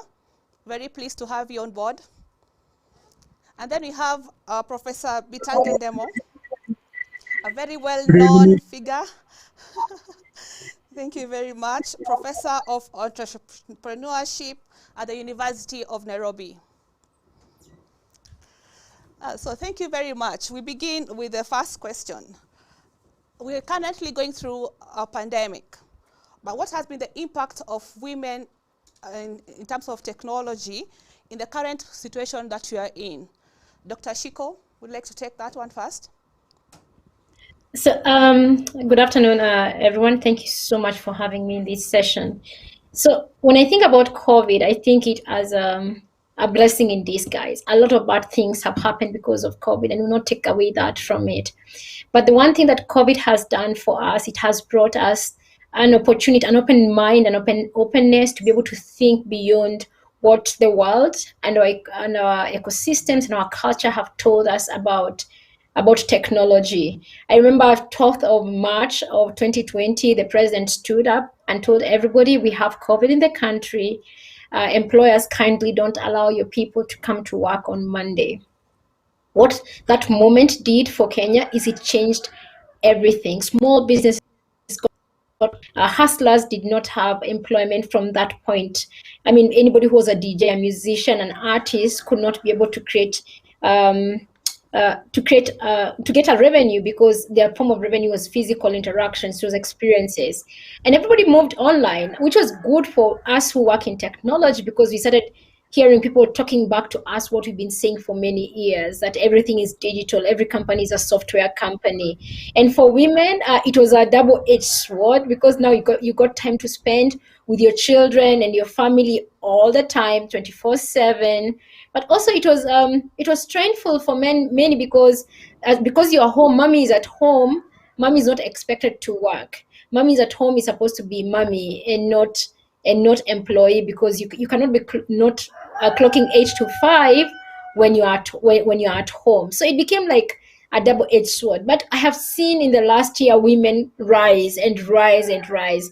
I've seen the cottage industry in Kenya grow and grow and grow. Seeing women cooking chapatis and selling them. So actually, I think we did an article about mama chapatis and mama mbogas actually selling on WhatsApp because that's where their new market is. Everybody wants to eat nice chapati and they don't want to get out. Somebody will deliver for you. I've seen many women creating small industries. The cottage industry in Kenya has grown because people have started making things at home. I've always wanted to mix my own oil, my face oil, my hair oil. Everybody's making it from home, my own soap. And the biggest effect has been primarily on the supply chain around cottage in agriculture. We are seeing the women who used to walk around estates delivering food and delivering vegetables. Now they are packaging it in baskets and getting more value add. They are getting farmers to send to them. They become these middlemen, but with a value add on top of it. So for me, COVID has seen, while there's the double-edged sword of women getting a lot more work because of them being at home and not having the break of going to the office and then coming back. There's also there's a rise of new women entrepreneurs that technology has actually facilitated using social media, primarily using social media, but also using other phone calls and other forms of technology. So I'm really excited about what technology and what COVID has done for women, especially in technology. It's no longer frowned upon for me to open a Facebook page. So thank you very much. Over to you, Anne. Thank you very much, Dr. Shiko. Professor Ndemo, what about you from your perspective? What has been the impact of technology in this current pandemic? I think Dr. Shiko pretty much summarized many of the things that have happened, but I would say that the pandemic has become a blessing in disguise, simply because we used to talk about that every kind of enterprise would have to be technology first before they do anything. And it happened in the sense that many of the women began to learn how to use WhatsApp in order to reach their customers. Many of the boarders began to learn how to use Google Maps in order to deliver those things. That we began to create supply chains that never existed before. And that is what we used to call the future of work. The future of work, which is happening. But unfortunately, many have been affected. Those who have been affected are those with low education, who have no chance of transitioning to new jobs that are being created. So you are going to see a lot more people coming out of jobs and also being fired or being laid off. But what that means is that it provides another opportunity for people who are capable of transitioning to new areas. I'm saying this because SMEs, which is the refugee for those who are losing jobs in the formal sector, needs to begin to change and understand technology, especially women who lost their jobs, that they can transition to other areas. We've been helping a number of them get to online jobs, data entry jobs and other things. So it is not the end of the world, but people have to be willing to learn new things. And that is what we call the future of work, that when this ends, you need to retrain yourself, get into a new form of employment or a new ways of working. And that is what is going to be very disruptive in the days to come. Women are most impacted because of our cultural practices, in the sense that women do a lot of work that is not paid for, and it's simply because we assume that taking care of children or doing the household chores is a woman's job, and that is what brings the differentials between men being online and women not being online. I think going forward, we need to address it. It's very controversial in Africa, but we must face it because the world is changing. Thank you. Thank you very much, Professor Ndemo. It's true that there are many challenges that women actually face. But over to you, Charles. What are some of the mitigation measures that can be used to support women, given the challenges that Professor Ndemo has just spoken about?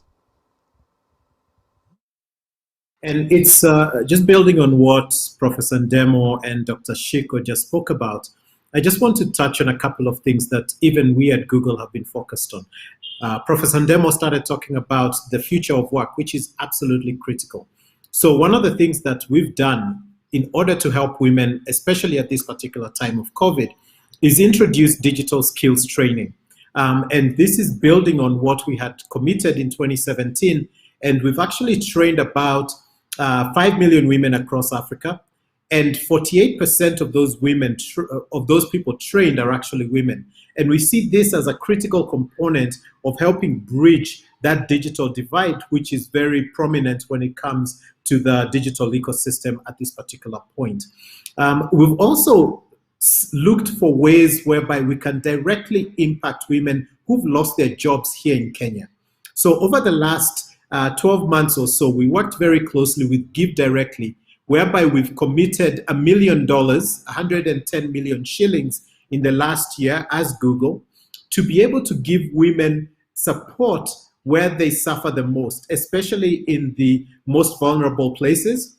So looking at places such as Kibera or Mukuru, whereby we were able to help women who've lost their jobs start a business and be able to help with working capital over the next period, which will help them bridge this really tough time around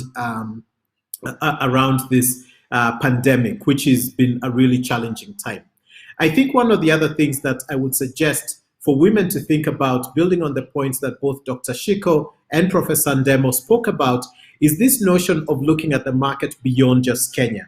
And when you leverage digital technology, you're no longer a Kenyan business. You are a global business from the get-go. So with tools such as Market Finder on Google, you're able to really look at what does the business you do, where can it be able to reach new customers globally, and what are the logistical systems that you need to put in place to be able to reach those customers. So for instance, if you run an apparel company and you sell t-shirts, you can be able to look at what markets buy the most t-shirts. Is it the UK? Is it Germany? Is it the US? And if you choose one of those markets, using Market Finder, you can be able to look at what are the customs issues you need to think about. What are the tax regimes you need to think about? How do you ship to those countries. And then all of that comes together under Market Finder, and you can be able to ship your products directly to those markets. And when you look at some of the local logistics companies, whether it's DHL or some of the other companies here in Kenya, they also guarantee on the number of days that you can be able to get your products, whether to New York or LA or the US, the UK. And these are ways that women can be able to leverage. So the advice that I would give is that we need to start thinking exponentially in terms of how we reach customers beyond just our country, because things are changing in different markets all the time. And one of the lessons that we've seen with the corona pandemic is just how interconnected we are as a globe, and that one shock in one part of the world actually affects the other. And so it's critical to think how we can take advantage across the board. Thank you.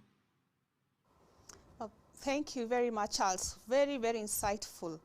A number of technology innovations that you have spoken about that can actually assist women in the quest for promotion of their businesses. And over to you, Dr. Shiko. What are some of the other measures that can be taken to actually improve the situation for women?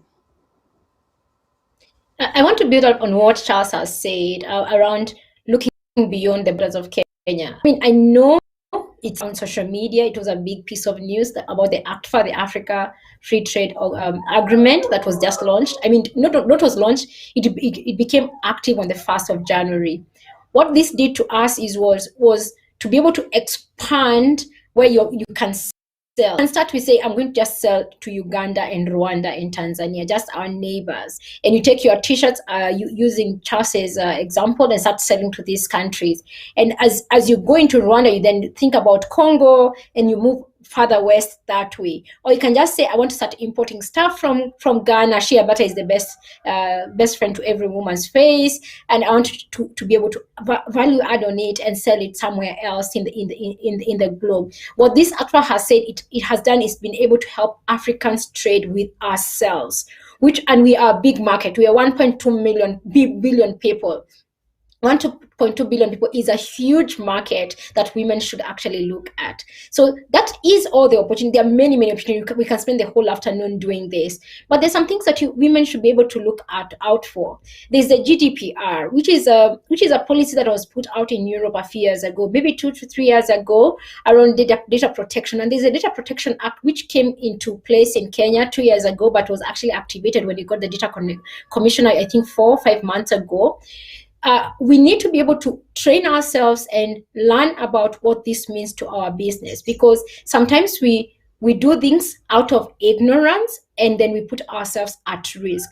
Are you putting protective measures to yourself? Are you protecting your data and your customers' data? Those are very, very important things that you need to be able to know so that you don't land in trouble as yourself and also as your business. So those are things that you need to learn. Go look out for it. Data protection, basically the one line sentence is the data belongs to the customer. You have to ask for their permission to ever use it. So if somebody says, oh, you have a WhatsApp group, can you give me the numbers for those people in your WhatsApp group so I can send them a message? That is illegal. It is not allowed. Even if they're going to give you 100,000 shillings, you end up in prison because of that. Yeah, or you start spamming people and sending those personal information or broadcasting messages when somebody has not given you permission to send that information. That is illegal. It will lead you to, I think it's 50 million Kenya shillings or ending up in prison. I'm pretty sure 50 million shillings is a lot of money. So it is ending up in prison. So those are the things that you should look out for. The other thing that you should look out for is cybersecurity. And this is from the committee people who ask for your phone code to be able to access your bank account, but also it is people accessing your information and trading as yourself. So for example, if you go on Twitter, there are people who have like small businesses, and people create those small businesses Twitter handles, and they're trading as themselves. So don't use another person's name or business name to trade.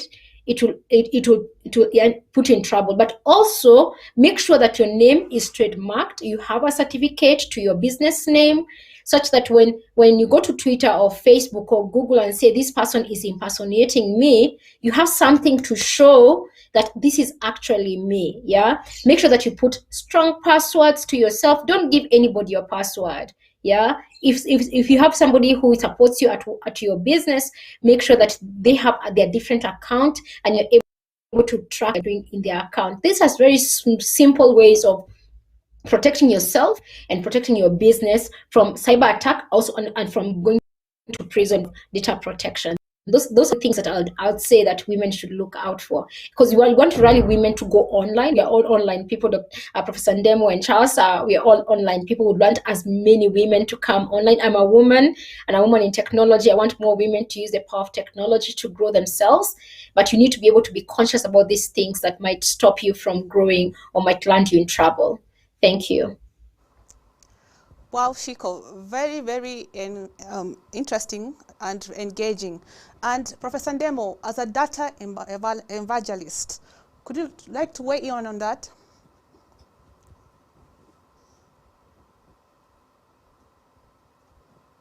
Technology first. You cannot get online if you don't know whether there is market in what you're trying to do. There are ways of finding data which gives you the power to make powerful decisions. I'll give very basic examples. The Chinese came here, collected data, and discovered that we are producing 200,000 tons of fish, and the consumption was 800,000 tons. They knew there was a shortage of 600,000 tons. They began to export their fish to Kenya here. Move out of that, go into the area of agriculture, for example. We produce only 300,000 tons of beans out of the 800,000 tons of beans we consume in this country. So we import most of it from Ethiopia, we import most of it from Tanzania, Uganda. They are the ones who provide the surplus. And our people don't have the numbers so that they can expand growing beans instead of growing tea, whose prices are going down in other parts of the world and undermining our wealth creation. So we actually need to provide data to the very smallest farmer in this country so that they know where they can put their energies, where they can make money. I uprooted my coffee, which was my tea, which was 1 acre. It was not giving me anything. But if I put goats there, I'll make a lot of money because goats need meat in this country. We have a deficit of almost 600,000 tons. This is what we call data. But we need to take that data from what you see from Kenya National Bureau of Statistics, from other sources, and turn it into business so that our people can invest their time in areas where they can make more wealth than spending their time growing maize, which may never give them the wealth they are seeking. That's why I keep on saying we must shift towards what we call data-driven decision making, even policymakers, because policymakers are the ones who advise us to grow certain things, sometimes very wrong because the decisions are not based on data. So data is very key for us. One of the technologies that is within what we call the fourth industrial revolution. And we need to embrace it heavily, then embrace other technologies which we call Internet of Things, because they can help us to predict how much we are going to harvest. There is no need for us to spend time and money on something that is not going to give us profitability when the technologies to predict are here with us. And that's what we need to embrace. Oh, thank you very much, Professor Ndemo. And it's true that data analytics actually can make a difference. I'm just thinking about the women in the rural areas. where some areas really have no connectivity to internet and even access to mobile phones. So, Charles, what are some of the measures that can be used to support such women in terms of provision of data and being able to use the data appropriately? Thank you, Anne. I want to step back a little bit, and I will certainly cover the point regarding connectivity. And what I want to talk about is more around some of the things that will help drive the acceleration of connectivity and the internet access more holistically. And one of the things that I would suggest is that if the people on the call can also search the Digital Sprinters framework, this is something that really helps. It looks at what are the ways of really accelerating the access to the internet and the opportunities, which definitely covers women as part of that. And what we've seen, looking at this particular white paper that we've produced, is that there are 4 key pillars which are really challenging. The first one is exactly what you've said, the physical capital. And this really covers the ensuring that people have access not just to connectivity, but affordable internet. And because there are many people or many parts of the country whereby the connectivity is available, the internet is actually available, but people don't have access to it. So it's really important for us to make sure that as government and as private sector, we're working collaboratively together to ensure that people have access to affordable internet. Some of the ways that can be done is by promoting the deployment of new technologies. So for instance, there's something called TV white spaces, which is basically utilizing the extra capacity which has been released after people did the migration to digital television. And this is underutilized capacity. So that is one way that we can be able to do that. Another one is by helping facilitate shared infrastructure. So for instance, a company such as C-Squared has been building shared infrastructure across the continent, whereby other companies can be able to come ride on that infrastructure.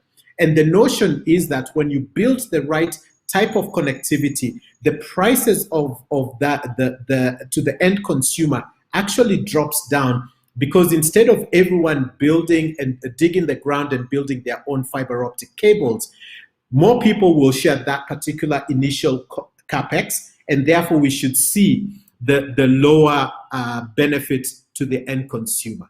And then last but not least, when you're thinking about access to connectivity, it's really important to also foster an environment that is competitive.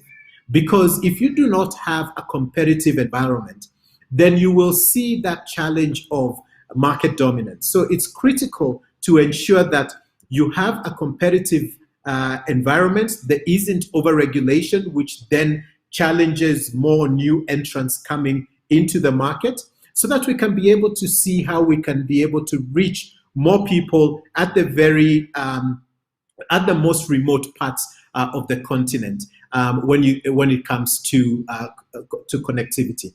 And then the second pillar that I wanted to touch on, which will tie back to this notion of access, is human capital. Because if we do not have Africans who are well versed enough in terms of innovation, in terms of creating the right technological innovations that can help lower that cost to the end consumer, do that. So we need to start addressing labor discrimination, look how we encourage more startups who can be innovative, and then definitely driving the digital skills development. And then last but not least is how do we start shifting more people to the cloud? And this is through the pillar of technology. And when you think about this, Dr. Shiko mentioned the issue around data privacy. Professor Ndemo spoke about the innovation, the utility of innovative uses of data. We need to really push the envelope when it comes to technology so that more people can be online, and even in the most remote parts of the country, we're able to see the fruits of what technology has to offer. Thank you, Anne. Wow, Charles, thank you very much. In the interest of time, maybe as part of some of your parting shots, beginning with Dr. Shiko, What is some of the best advice you can give to women in terms of business and entrepreneurship and technology? Don't be afraid and don't label yourself as a woman, because when the moment we take ourselves, oh, women don't do this, women don't do that, we basically remove ourselves, we disqualify ourselves from opportunities that technology actually offer. You'd rather say, I can do this, and go and ask somebody to help you do it and learn it, because there's lots of learning, there's lots of material out there. I wanted to point out that when I was starting my initial contribution, you had chicken on the background. I moved to the village to be able to be closer to my mom who was sick. And I'm able to connect to anywhere in the world. I've been having conversations with people from across the world, literally. And this is what technology has to offer. It offers you the comfort of being yourself as a woman, taking your nurturing self and taking your nurturing role and taking care of the people that you love. But on the other hand, being able to fully flourish in a world where digital is giving you those opportunities. I'll not have this opportunity to be able to work and be able to take care of my mom if technology was not available to me. So for me, those are the big things that we need to be able to look out for. It's what are the opportunities that technology is giving to me? Am I able to run a world-class business from my home where I don't have to hire a whole building and hire many people to run my business? I can do it from the comfort of my house. Look out for those opportunities. Don't label yourself, I'm a woman, and disqualify yourself from these opportunities. Thank you very much. Thank you, Shiko. Coming from a woman who's done very well, I think that is very well articulated. Charles, advice to women and men. Say this, I think one of the things that we've seen is that when you educate a woman, you educate the community. And therefore, in the same vein, when you give an opportunity to a woman, you give an opportunity and uplift a community. So the advice that I would give to women and to men, especially men who are creating policies that affect us all, including women, is one, we need to address the gender gap. We need to start creating continual measurement that addresses the gender inequality, especially when it comes to digital products and services. How do we promote financial inclusion policies that will help empower women to be able to access the loans that they may require to build on their small business so that they can be able to scale it? And also, how do you start driving digital proficiency programs that are really focused on women? For instance, at Google, we have this program called I Am Remarkable. I really encourage women on this call and men to research on it. And it's really talking about how do women go out there and really talk about what they can offer. And then secondly is for women to really push their policymakers to be able to adopt the right economic policies that will be able to enable both a successful digital economy. Therefore, you're avoiding certain unilateral decisions that become barriers, such as digital services taxes. That is something that will be contested or can be controversial. Committing to open digital trade. So as Dr. Shiko mentioned, how do we leverage AFICTA so that we can reach all 1.3 billion people across the continent?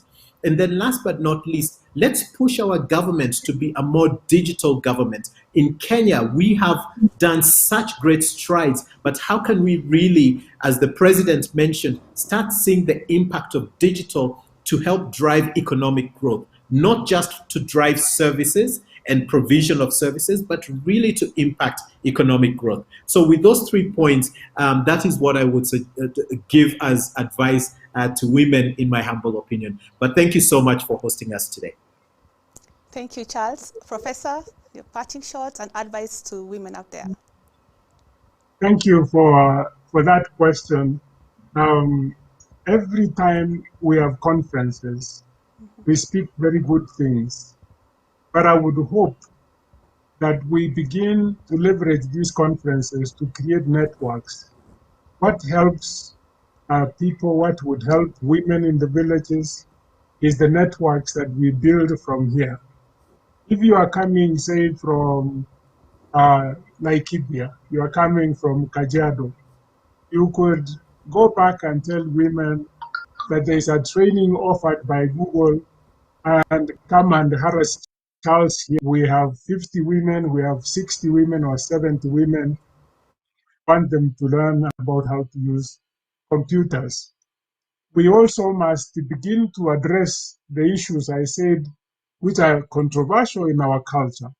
It is about time we begin to talk about Culture 2.0, because there is no way you are going to increase the participation of women online if we continue with the culture that we have. By the time a woman finishes to wash kids and cook, the man has already done 5 hours on the internet. We need to figure out how to discuss this issue and be able to allow women to leverage the emerging technologies to create wealth for the family. You are the one who gave us the numbers that we are losing with respect to having women not participating in the space. So we need to begin to address it, especially as many more men are losing jobs and women are taking up that space. We need to discuss that.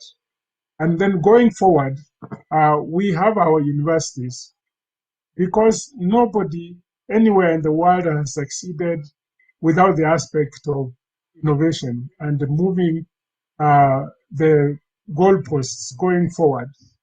One of the reasons we're poor is because we have never changed what our grandparents were doing.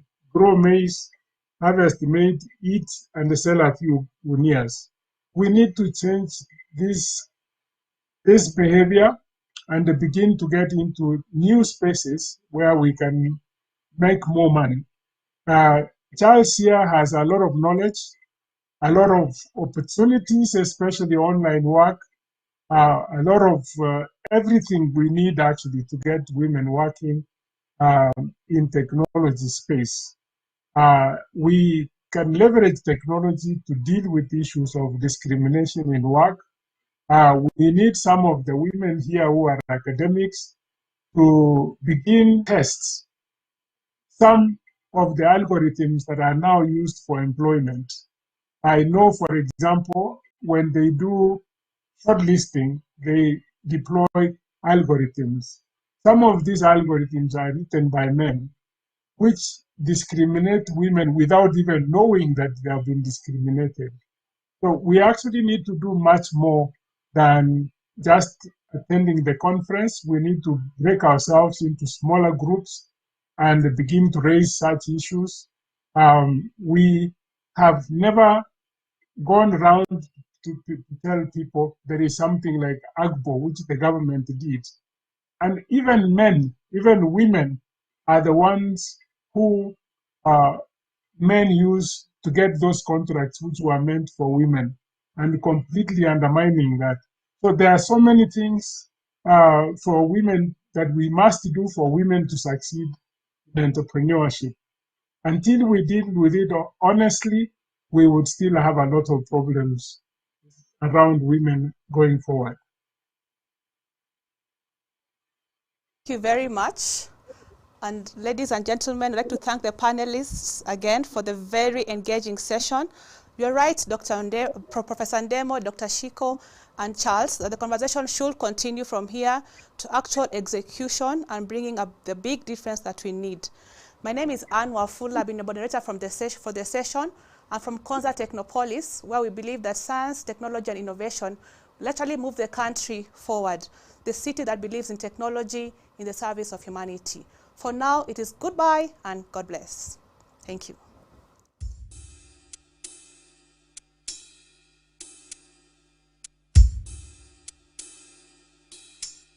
Wamama Waafrika wahitaji upendo. Wamama Waafrika wastahili heshima. Wamama Waafrika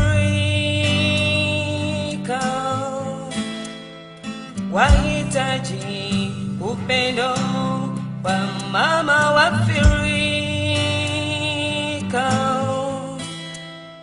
wastahili heshima, angalia sura yake,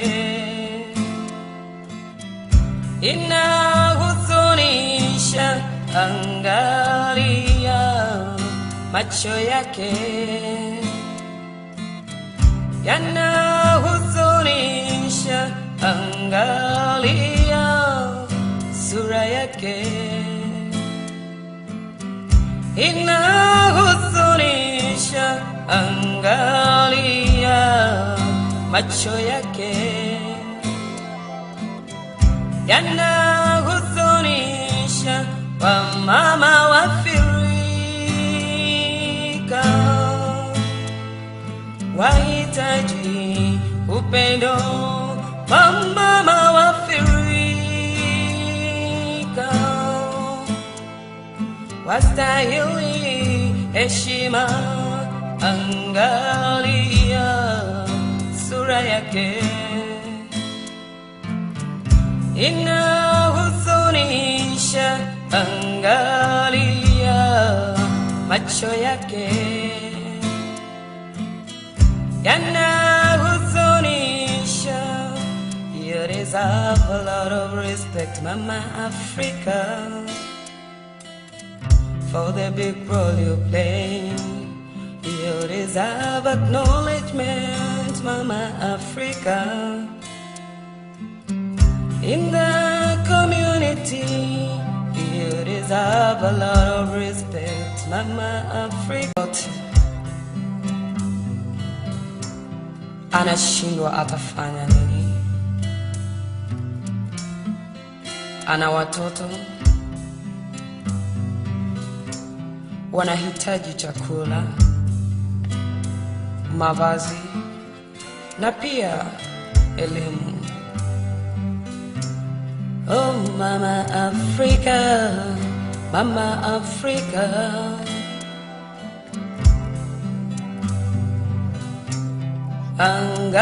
angalia sura yake, inahuzunisha, angalia macho yake, yanahuzunisha, angalia sura yake,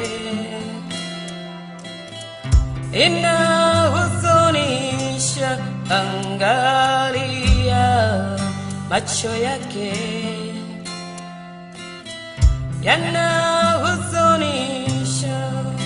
You deserve a lot of respect, Mama Africa, for the big role you play. You deserve acknowledgement, Mama Africa, in the community.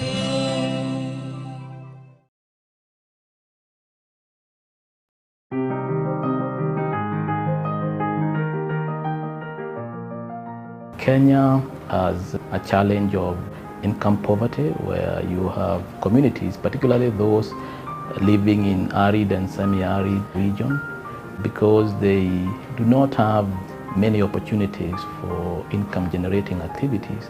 So they end up having very low income or no incomes at all. Another challenge is with regard to regular shocks. For example, you have drought, floods, or sometimes an epidemic. Profit is a rural finance program supported by the International Fund for Agricultural Development, IFAD, which is a UN agency, and the government of Kenya. Financial graduation is a subcomponent of technical services. The rationale for selecting financial graduation to a program which is essentially rural finance was to address a segment of the population that is deemed to be too poor, that they can't interact in the financial and commodity markets. The graduation approach, pioneered by BRAC in Bangladesh in 2002, is the creative and innovative solution that accompanies the poorest households on their own pathway out of poverty. Through comprehensive and sequenced steps, the graduation approach supports families in their own journeys to build resilience and sustainable livelihoods. Results from this evidence-backed method are inspiring adoption in over 40 countries by NGOs and governments.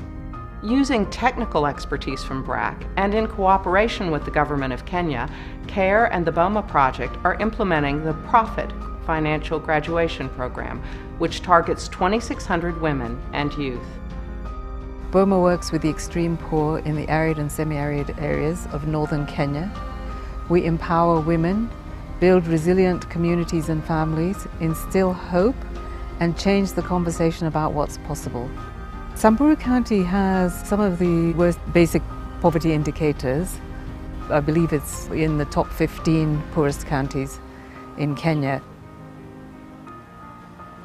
CARE's mission is to eradicate poverty, and in Kenya, we target women and girls as our impact group, and we look at poverty that is caused by gender inequality. The program that we're working on right now is in Chuso sub-county of the larger Kitui County. The families in the Profit Financial Graduation Program receive 6 critical interventions. They include an income-generating asset, a consumption stipend, links to the National Health Insurance Program, savings support through groups, training on social and health messages, and mentorship through household visits. This project has brought about a lot of changes for the participants in Samburu.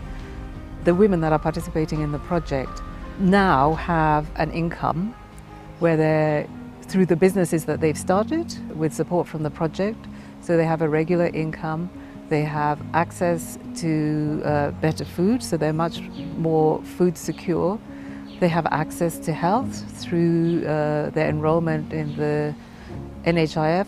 And I think for me the most compelling change that I've seen in the women is their agency, their empowerment. As members of the community, as women, they're much more in control of their own destinies. Most of the beneficiaries will tell you that they were voiceless.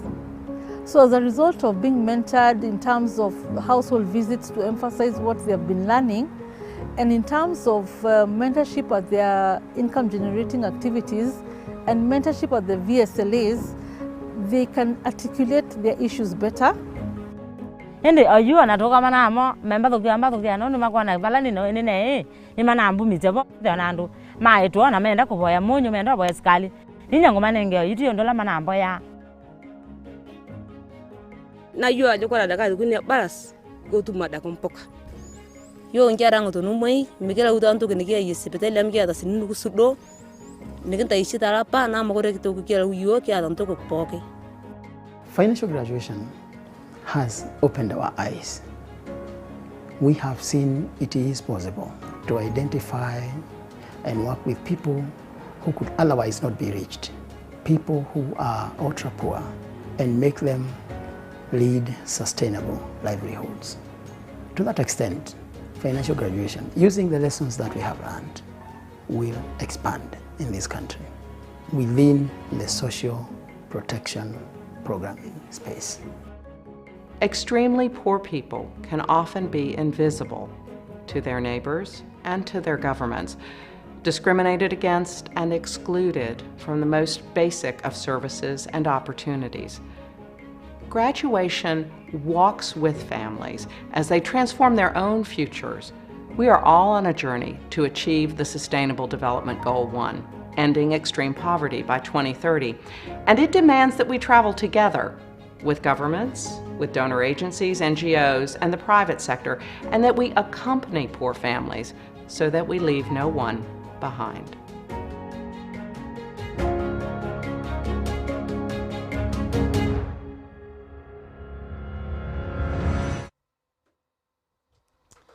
Welcome back, ladies and gentlemen.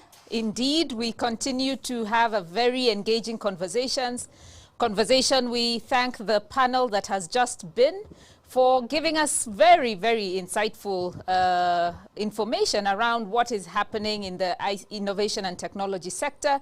Very interesting to hear some of the things that we need to look out for. They are landmines, even as we think about technology. Thank you, Dr. Shiko, for alerting us onto some of these things that evidently we should know, but we don't know as women, and could cause a lot of challenges.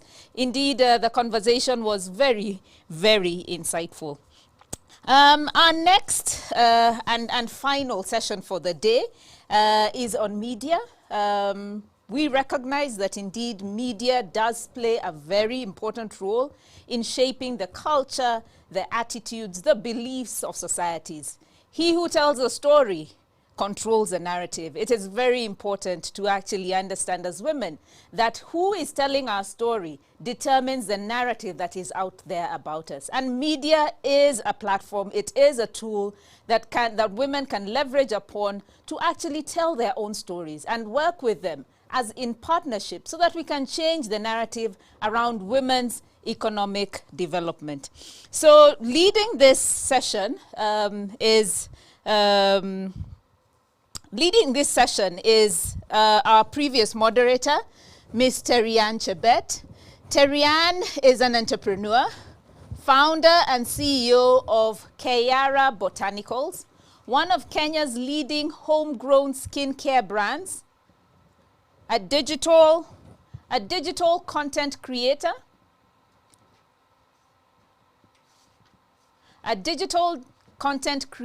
and influencer with combined following over 1.4 million followers on her digital assets. In 2020, she founded Africa Leading Ladies, a platform with a membership over 380,000 women from Africa. The platform gives access to learning, mentorship, pairing within group members, as well as access to networks that enable African women achieve their highest potential. She is also the host of Biashara Talk and Dream Homes Kenya on her YouTube channel, which has its focus on entrepreneurship and real estate and investment. Terianne has been media and communications for more than 15 years, with more than 15 years experience in media practice. Media leadership and management. She offers media communications consultants to organizations from time to time. She has dexterous knowledge and awareness of industry trends and possesses strategic links with key personalities across the African continent and an in-depth grasp of communication dynamics, and is regularly called upon to moderate high-level economic panel discussions and debates across the world. Terianne will be moderating this session with a group of panelists. I welcome you, Terianne, to take the floor. Welcome. Thank you very much, Betty, and thank you for moderating the really amazing panel discussions that we have been listening to throughout today. Now, the session we are just about to kick off will look at the role of media in creating visibility of women and, of course, economic empowerment of women. We all know that the media plays an important role in the socialization process, in influencing opinions, interests, and behaviors. So what is the contribution of the media towards the progress of women's economic emancipation? And is the media shaping a narrative that speaks to gender parity? I'd like to now introduce the panelists who will be joining us in this conversation. Marceline Nyambala is the Executive Director, Association of Media Women in Kenya, that's AMWIC. Marceline, thank you so much for joining us this afternoon. It's great to see you. Ms. Pamela Sitoni, Editorial Director, Nation Media Group, and of course, Mr. Peter Okongo from the Kenya Yearbook. It's absolutely amazing to see you all once again. Of course, I have had the pleasure of meeting all of you separately in my previous life in the media, so it's great to see you here. And of course, in this conversation whose time has come. In fact, whose time came yesterday. So it's lovely to see you all, and I'm looking forward to having this conversation with you. And we'll just kick it off, right away. and with some opening statements about what you think the role of the media is currently in shaping the gender conversation. And I'd like to start with you, Pamela. Good afternoon, everyone, and good afternoon, Terian. Thank you very much. I think before I even talk about the role of the media in shaping the narrative and in supporting women in business, I need to point to the fact that overall, of the woman is missing in media, and we have evidence of this. We have evidence of research that was done last whose report Missing Perspectives in Media showed that at any one time, a woman's voice is likely to be drowned by 6 men. So this is where women find themselves when it comes to the media, and it's worse in business where it can be as much as 31 times drowned by men. So does the media have a role in supporting women in business and women in the economy? Yes, the media does have a big role to play, and the media can do this by doing several things. So I'll just mention a few. The first thing is that we rely on the media to point out the opportunities in business for women. The media can also highlight the challenges that women in business face, and the media could also showcase the profiles of success in business to create role models for other upcoming women. But above everything, the media must also educate women on key issues in the economy and in business. So Terian, those are some of the things that I think if the media was to play its role properly in society, it would do to support women in business. Thank you. Thank you, Pamela. And of course, the statistics that you have shared with us will form part of the conversation as we proceed to Peter, who I would also want to find out, from you just some opening statements in regards to the role of the media in shaping conversations around gender parity. Thank you, Terian.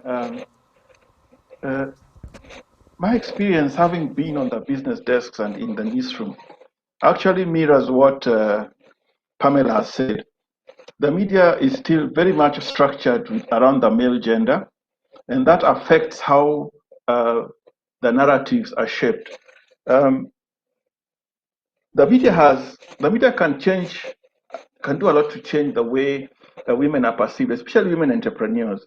If you look at the micro and small medium enterprises sector, the people who are most active in this sector are women, but their stories are not being told. Why? Why aren't their stories being told? I think we need to start changing the narratives. I think Nation Media Group, for one, and I have to mention this, has done a lot of work in this area in terms of even starting off an award scheme for young people under 40, young women under 40, entrepreneurs. And one way in which they have tried to change that narrative is to focus on emerging economies in terms of what is actually driving growth and which women are participating in this space. And I think that is creating awareness of those opportunities is very important for media, and also participation through partnerships. I think the media, for instance, let's say what Business Daily does, unfortunately it's not for everybody. Not everybody gets access to Business Daily. So it would be good if, for instance, Nation Media Group could partner with with these women that they elevate in terms of their stories and see how they can reach out to the community outside the elite, because that's one of the failures of what we have right now is that the conversations are taking place in an elite space, and that space is not being accessed by the ordinary woman out there. Professor Bitang and Dembo mentioned something that was very important. He talked about the reality of life in a rural setting and the everyday life of a woman in a rural setting. I think that's very important to keep in mind when you're talking about changing the perspective in terms of how women, the narratives that we share about women in the media. There is reality and then there is the elite. So I think we need to separate these two things so that people can actually understand and understand that there's a world beyond the mama mboga. For instance, I always feel quite unhappy when the mama mboga becomes the dominant narrative in terms of how women are successful. I think there are a lot of women who have broken the glass ceiling in areas like actuarial science and stuff like that, who are not being talked about and whose achievements are not reaching because people are not getting those narratives. And I think that's one thing the media can help in. And I think for now I'll leave it at that. But I think changing the narratives in terms of who we are talking about is especially key for media in terms of improving the lot of women entrepreneurs. Thank you.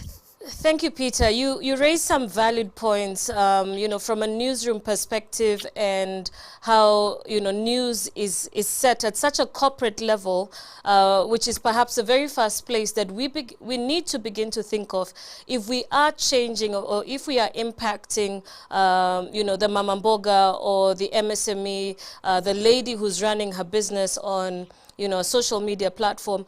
Are we reaching them through, the current mass media platforms? And perhaps the answer to that is no. So the challenge to us now from either traditional media perspective, which is a mass media, or, the current new and digital assets, all of us as media practitioners will need to change tack and reach the women in the places that they are. Which brings me to you, Marceline, from an Amwick perspective, is the media doing enough, and are you doing enough to challenge, especially the mass media, to begin showing gender parity? And given the numbers that Pamela had shared with us in the beginning, what can be done?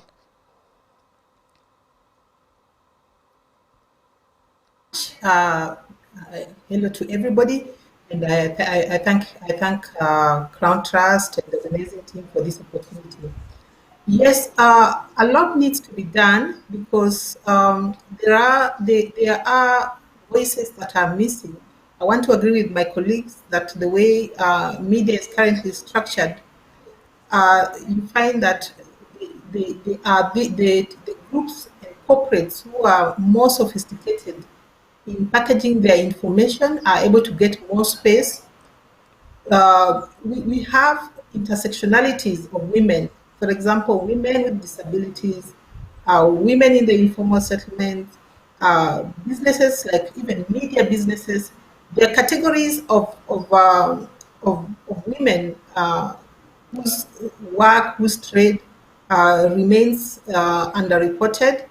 And I just want to say that it requires us to be very, very intentional in going out of our way to bring these voices. I'll give an example where a couple of years ago, together with the Kenya Women Holding Eco Network, we went out of our way to implement a project that sought to address sex exploitation in the fishing sector by promoting aquaculture. And I think, you learn a lot. Another one is last year, we went out of our way to look at evidence about how women's trade were being affected by COVID. And just by bringing women who are living with HIV/AIDS to the table, we were able to understand that actually the importation of Septrin had been affected. The people who were coming to Nairobi to buy their products to resell could actually not access Nairobi. So there was a shortage of goods. The goods that they sell, people could not reach the market. So I think going out of our way to intentionally bring particular voices will bring on the table the different challenges that they are facing. But when we have platforms and forums that are not so inclusive, then we are not actually able to capture this. We got, if you bring people who are trading in Mombasa, we got the women from Mombasa, and the lady talked about the crafts that she was just scheduled to go for an exhibition. The video is on our YouTube channel. She was scheduled to go for the exhibition and had actually exported her products. And actually, this network in Mombasa had reported several suicides of women who, because of not being able to pay suppliers and while under a lot of pressure, resorted to suicide. So I think, again, we want to look at what are these GBV, what are these suicide, what are the economic correlations, and being able to connect the dots. So just saying, bring different people on the table can help us know a lot of some of these things and point us to the gender sensitive policies that are required to begin to bring more people on board into business, into contributing to the economy in a more robust way and better way. Thank you. Thank you very much, Marceline. And you've talked about, you know, the voice of the woman, and one of the easiest, perhaps even the fastest ways of actually elevating the voice of the woman on the media is by increasing the leadership of women, you know, within the management of media houses. Yet, you know, if we look around us, the ceiling for women in media is actually very low. There's very few women who've actually been able to get into management, either from an editorial side or from a leadership side. And I just want to find out from you, Pamela, first of all, why is it that we don't have enough women, you know, at the helm? Because the more women we have, then the easier it will be for us to actually push that envelope a little bit more, so that the women's voices are heard. Thank you, Terianne. Actually, when it comes to women and women's voices in the media, women are sidelined at 3 levels. So as you rightfully pointed out, decisions within the media are mainly made by men, because there are more men and men in more positions of decision making than women. But also at the level of coverage, women are sidelined. And also, even at the level of media consumption, you find that women are also sidelined as consumers of news. So you find that because of this cycle, women find themselves literally locked out of the news cycle. In terms of women within media organizations, this would be just a topic for another day, but I can tell you for sure that we have very few women in leadership positions in the media. There are historical factors to this. The media was always a man's world, and the few women who've managed to stay in and to rise to certain leadership levels have done so by sheer hard work and putting in many years, a lot more years than their male colleagues, I must say. But also the media is not a very friendly place for women. So you find that even when young women and young men join at the same time, the men are likely to stay on longer and rise to positions of leadership than the women, because the women are held back by family, the load of having to look after a family in such a challenging environment. There are issues of harassment of women within the media. So there are very many factors that keep young women particularly away from the media. And the less women we have making decisions in terms of coverage, the less you'll see of information that is of relevance to fellow women. Because some of these things, you know, you have to be the wearer of the shoe to know where it pinches. So if you have only one person, for example, feeling that pinch against another 50 men who are not feeling the same, that news will not be prioritized. So it's indeed true that there's a problem there when it comes to representation of women in leadership positions within the media, and this affects how the women are covered in whatever sector. Thank you. All right. Thank you, Pamela. Peter, I'd like to come to you, you know, especially with your experience in the business media space. And I can actually count the number of times, whether it is on print or on TV or on radio, that we actually hear the voice of a woman in business. And I just want to find out from you, one, you know, from your newsroom days, why was it a challenge to, you know, to get the voices of more women who are in business? And we have hundreds of thousands of women who are actually in business, but always it was the men whose voices were heard first. Where was the challenge, and what do you think can be done to make sure that we have more women in business actually being interviewed, on TV? Well, that's a tough one. I might be biased coming from having been on that desk, but I have to say I totally agree with, first I have to say I totally agree with Pamela.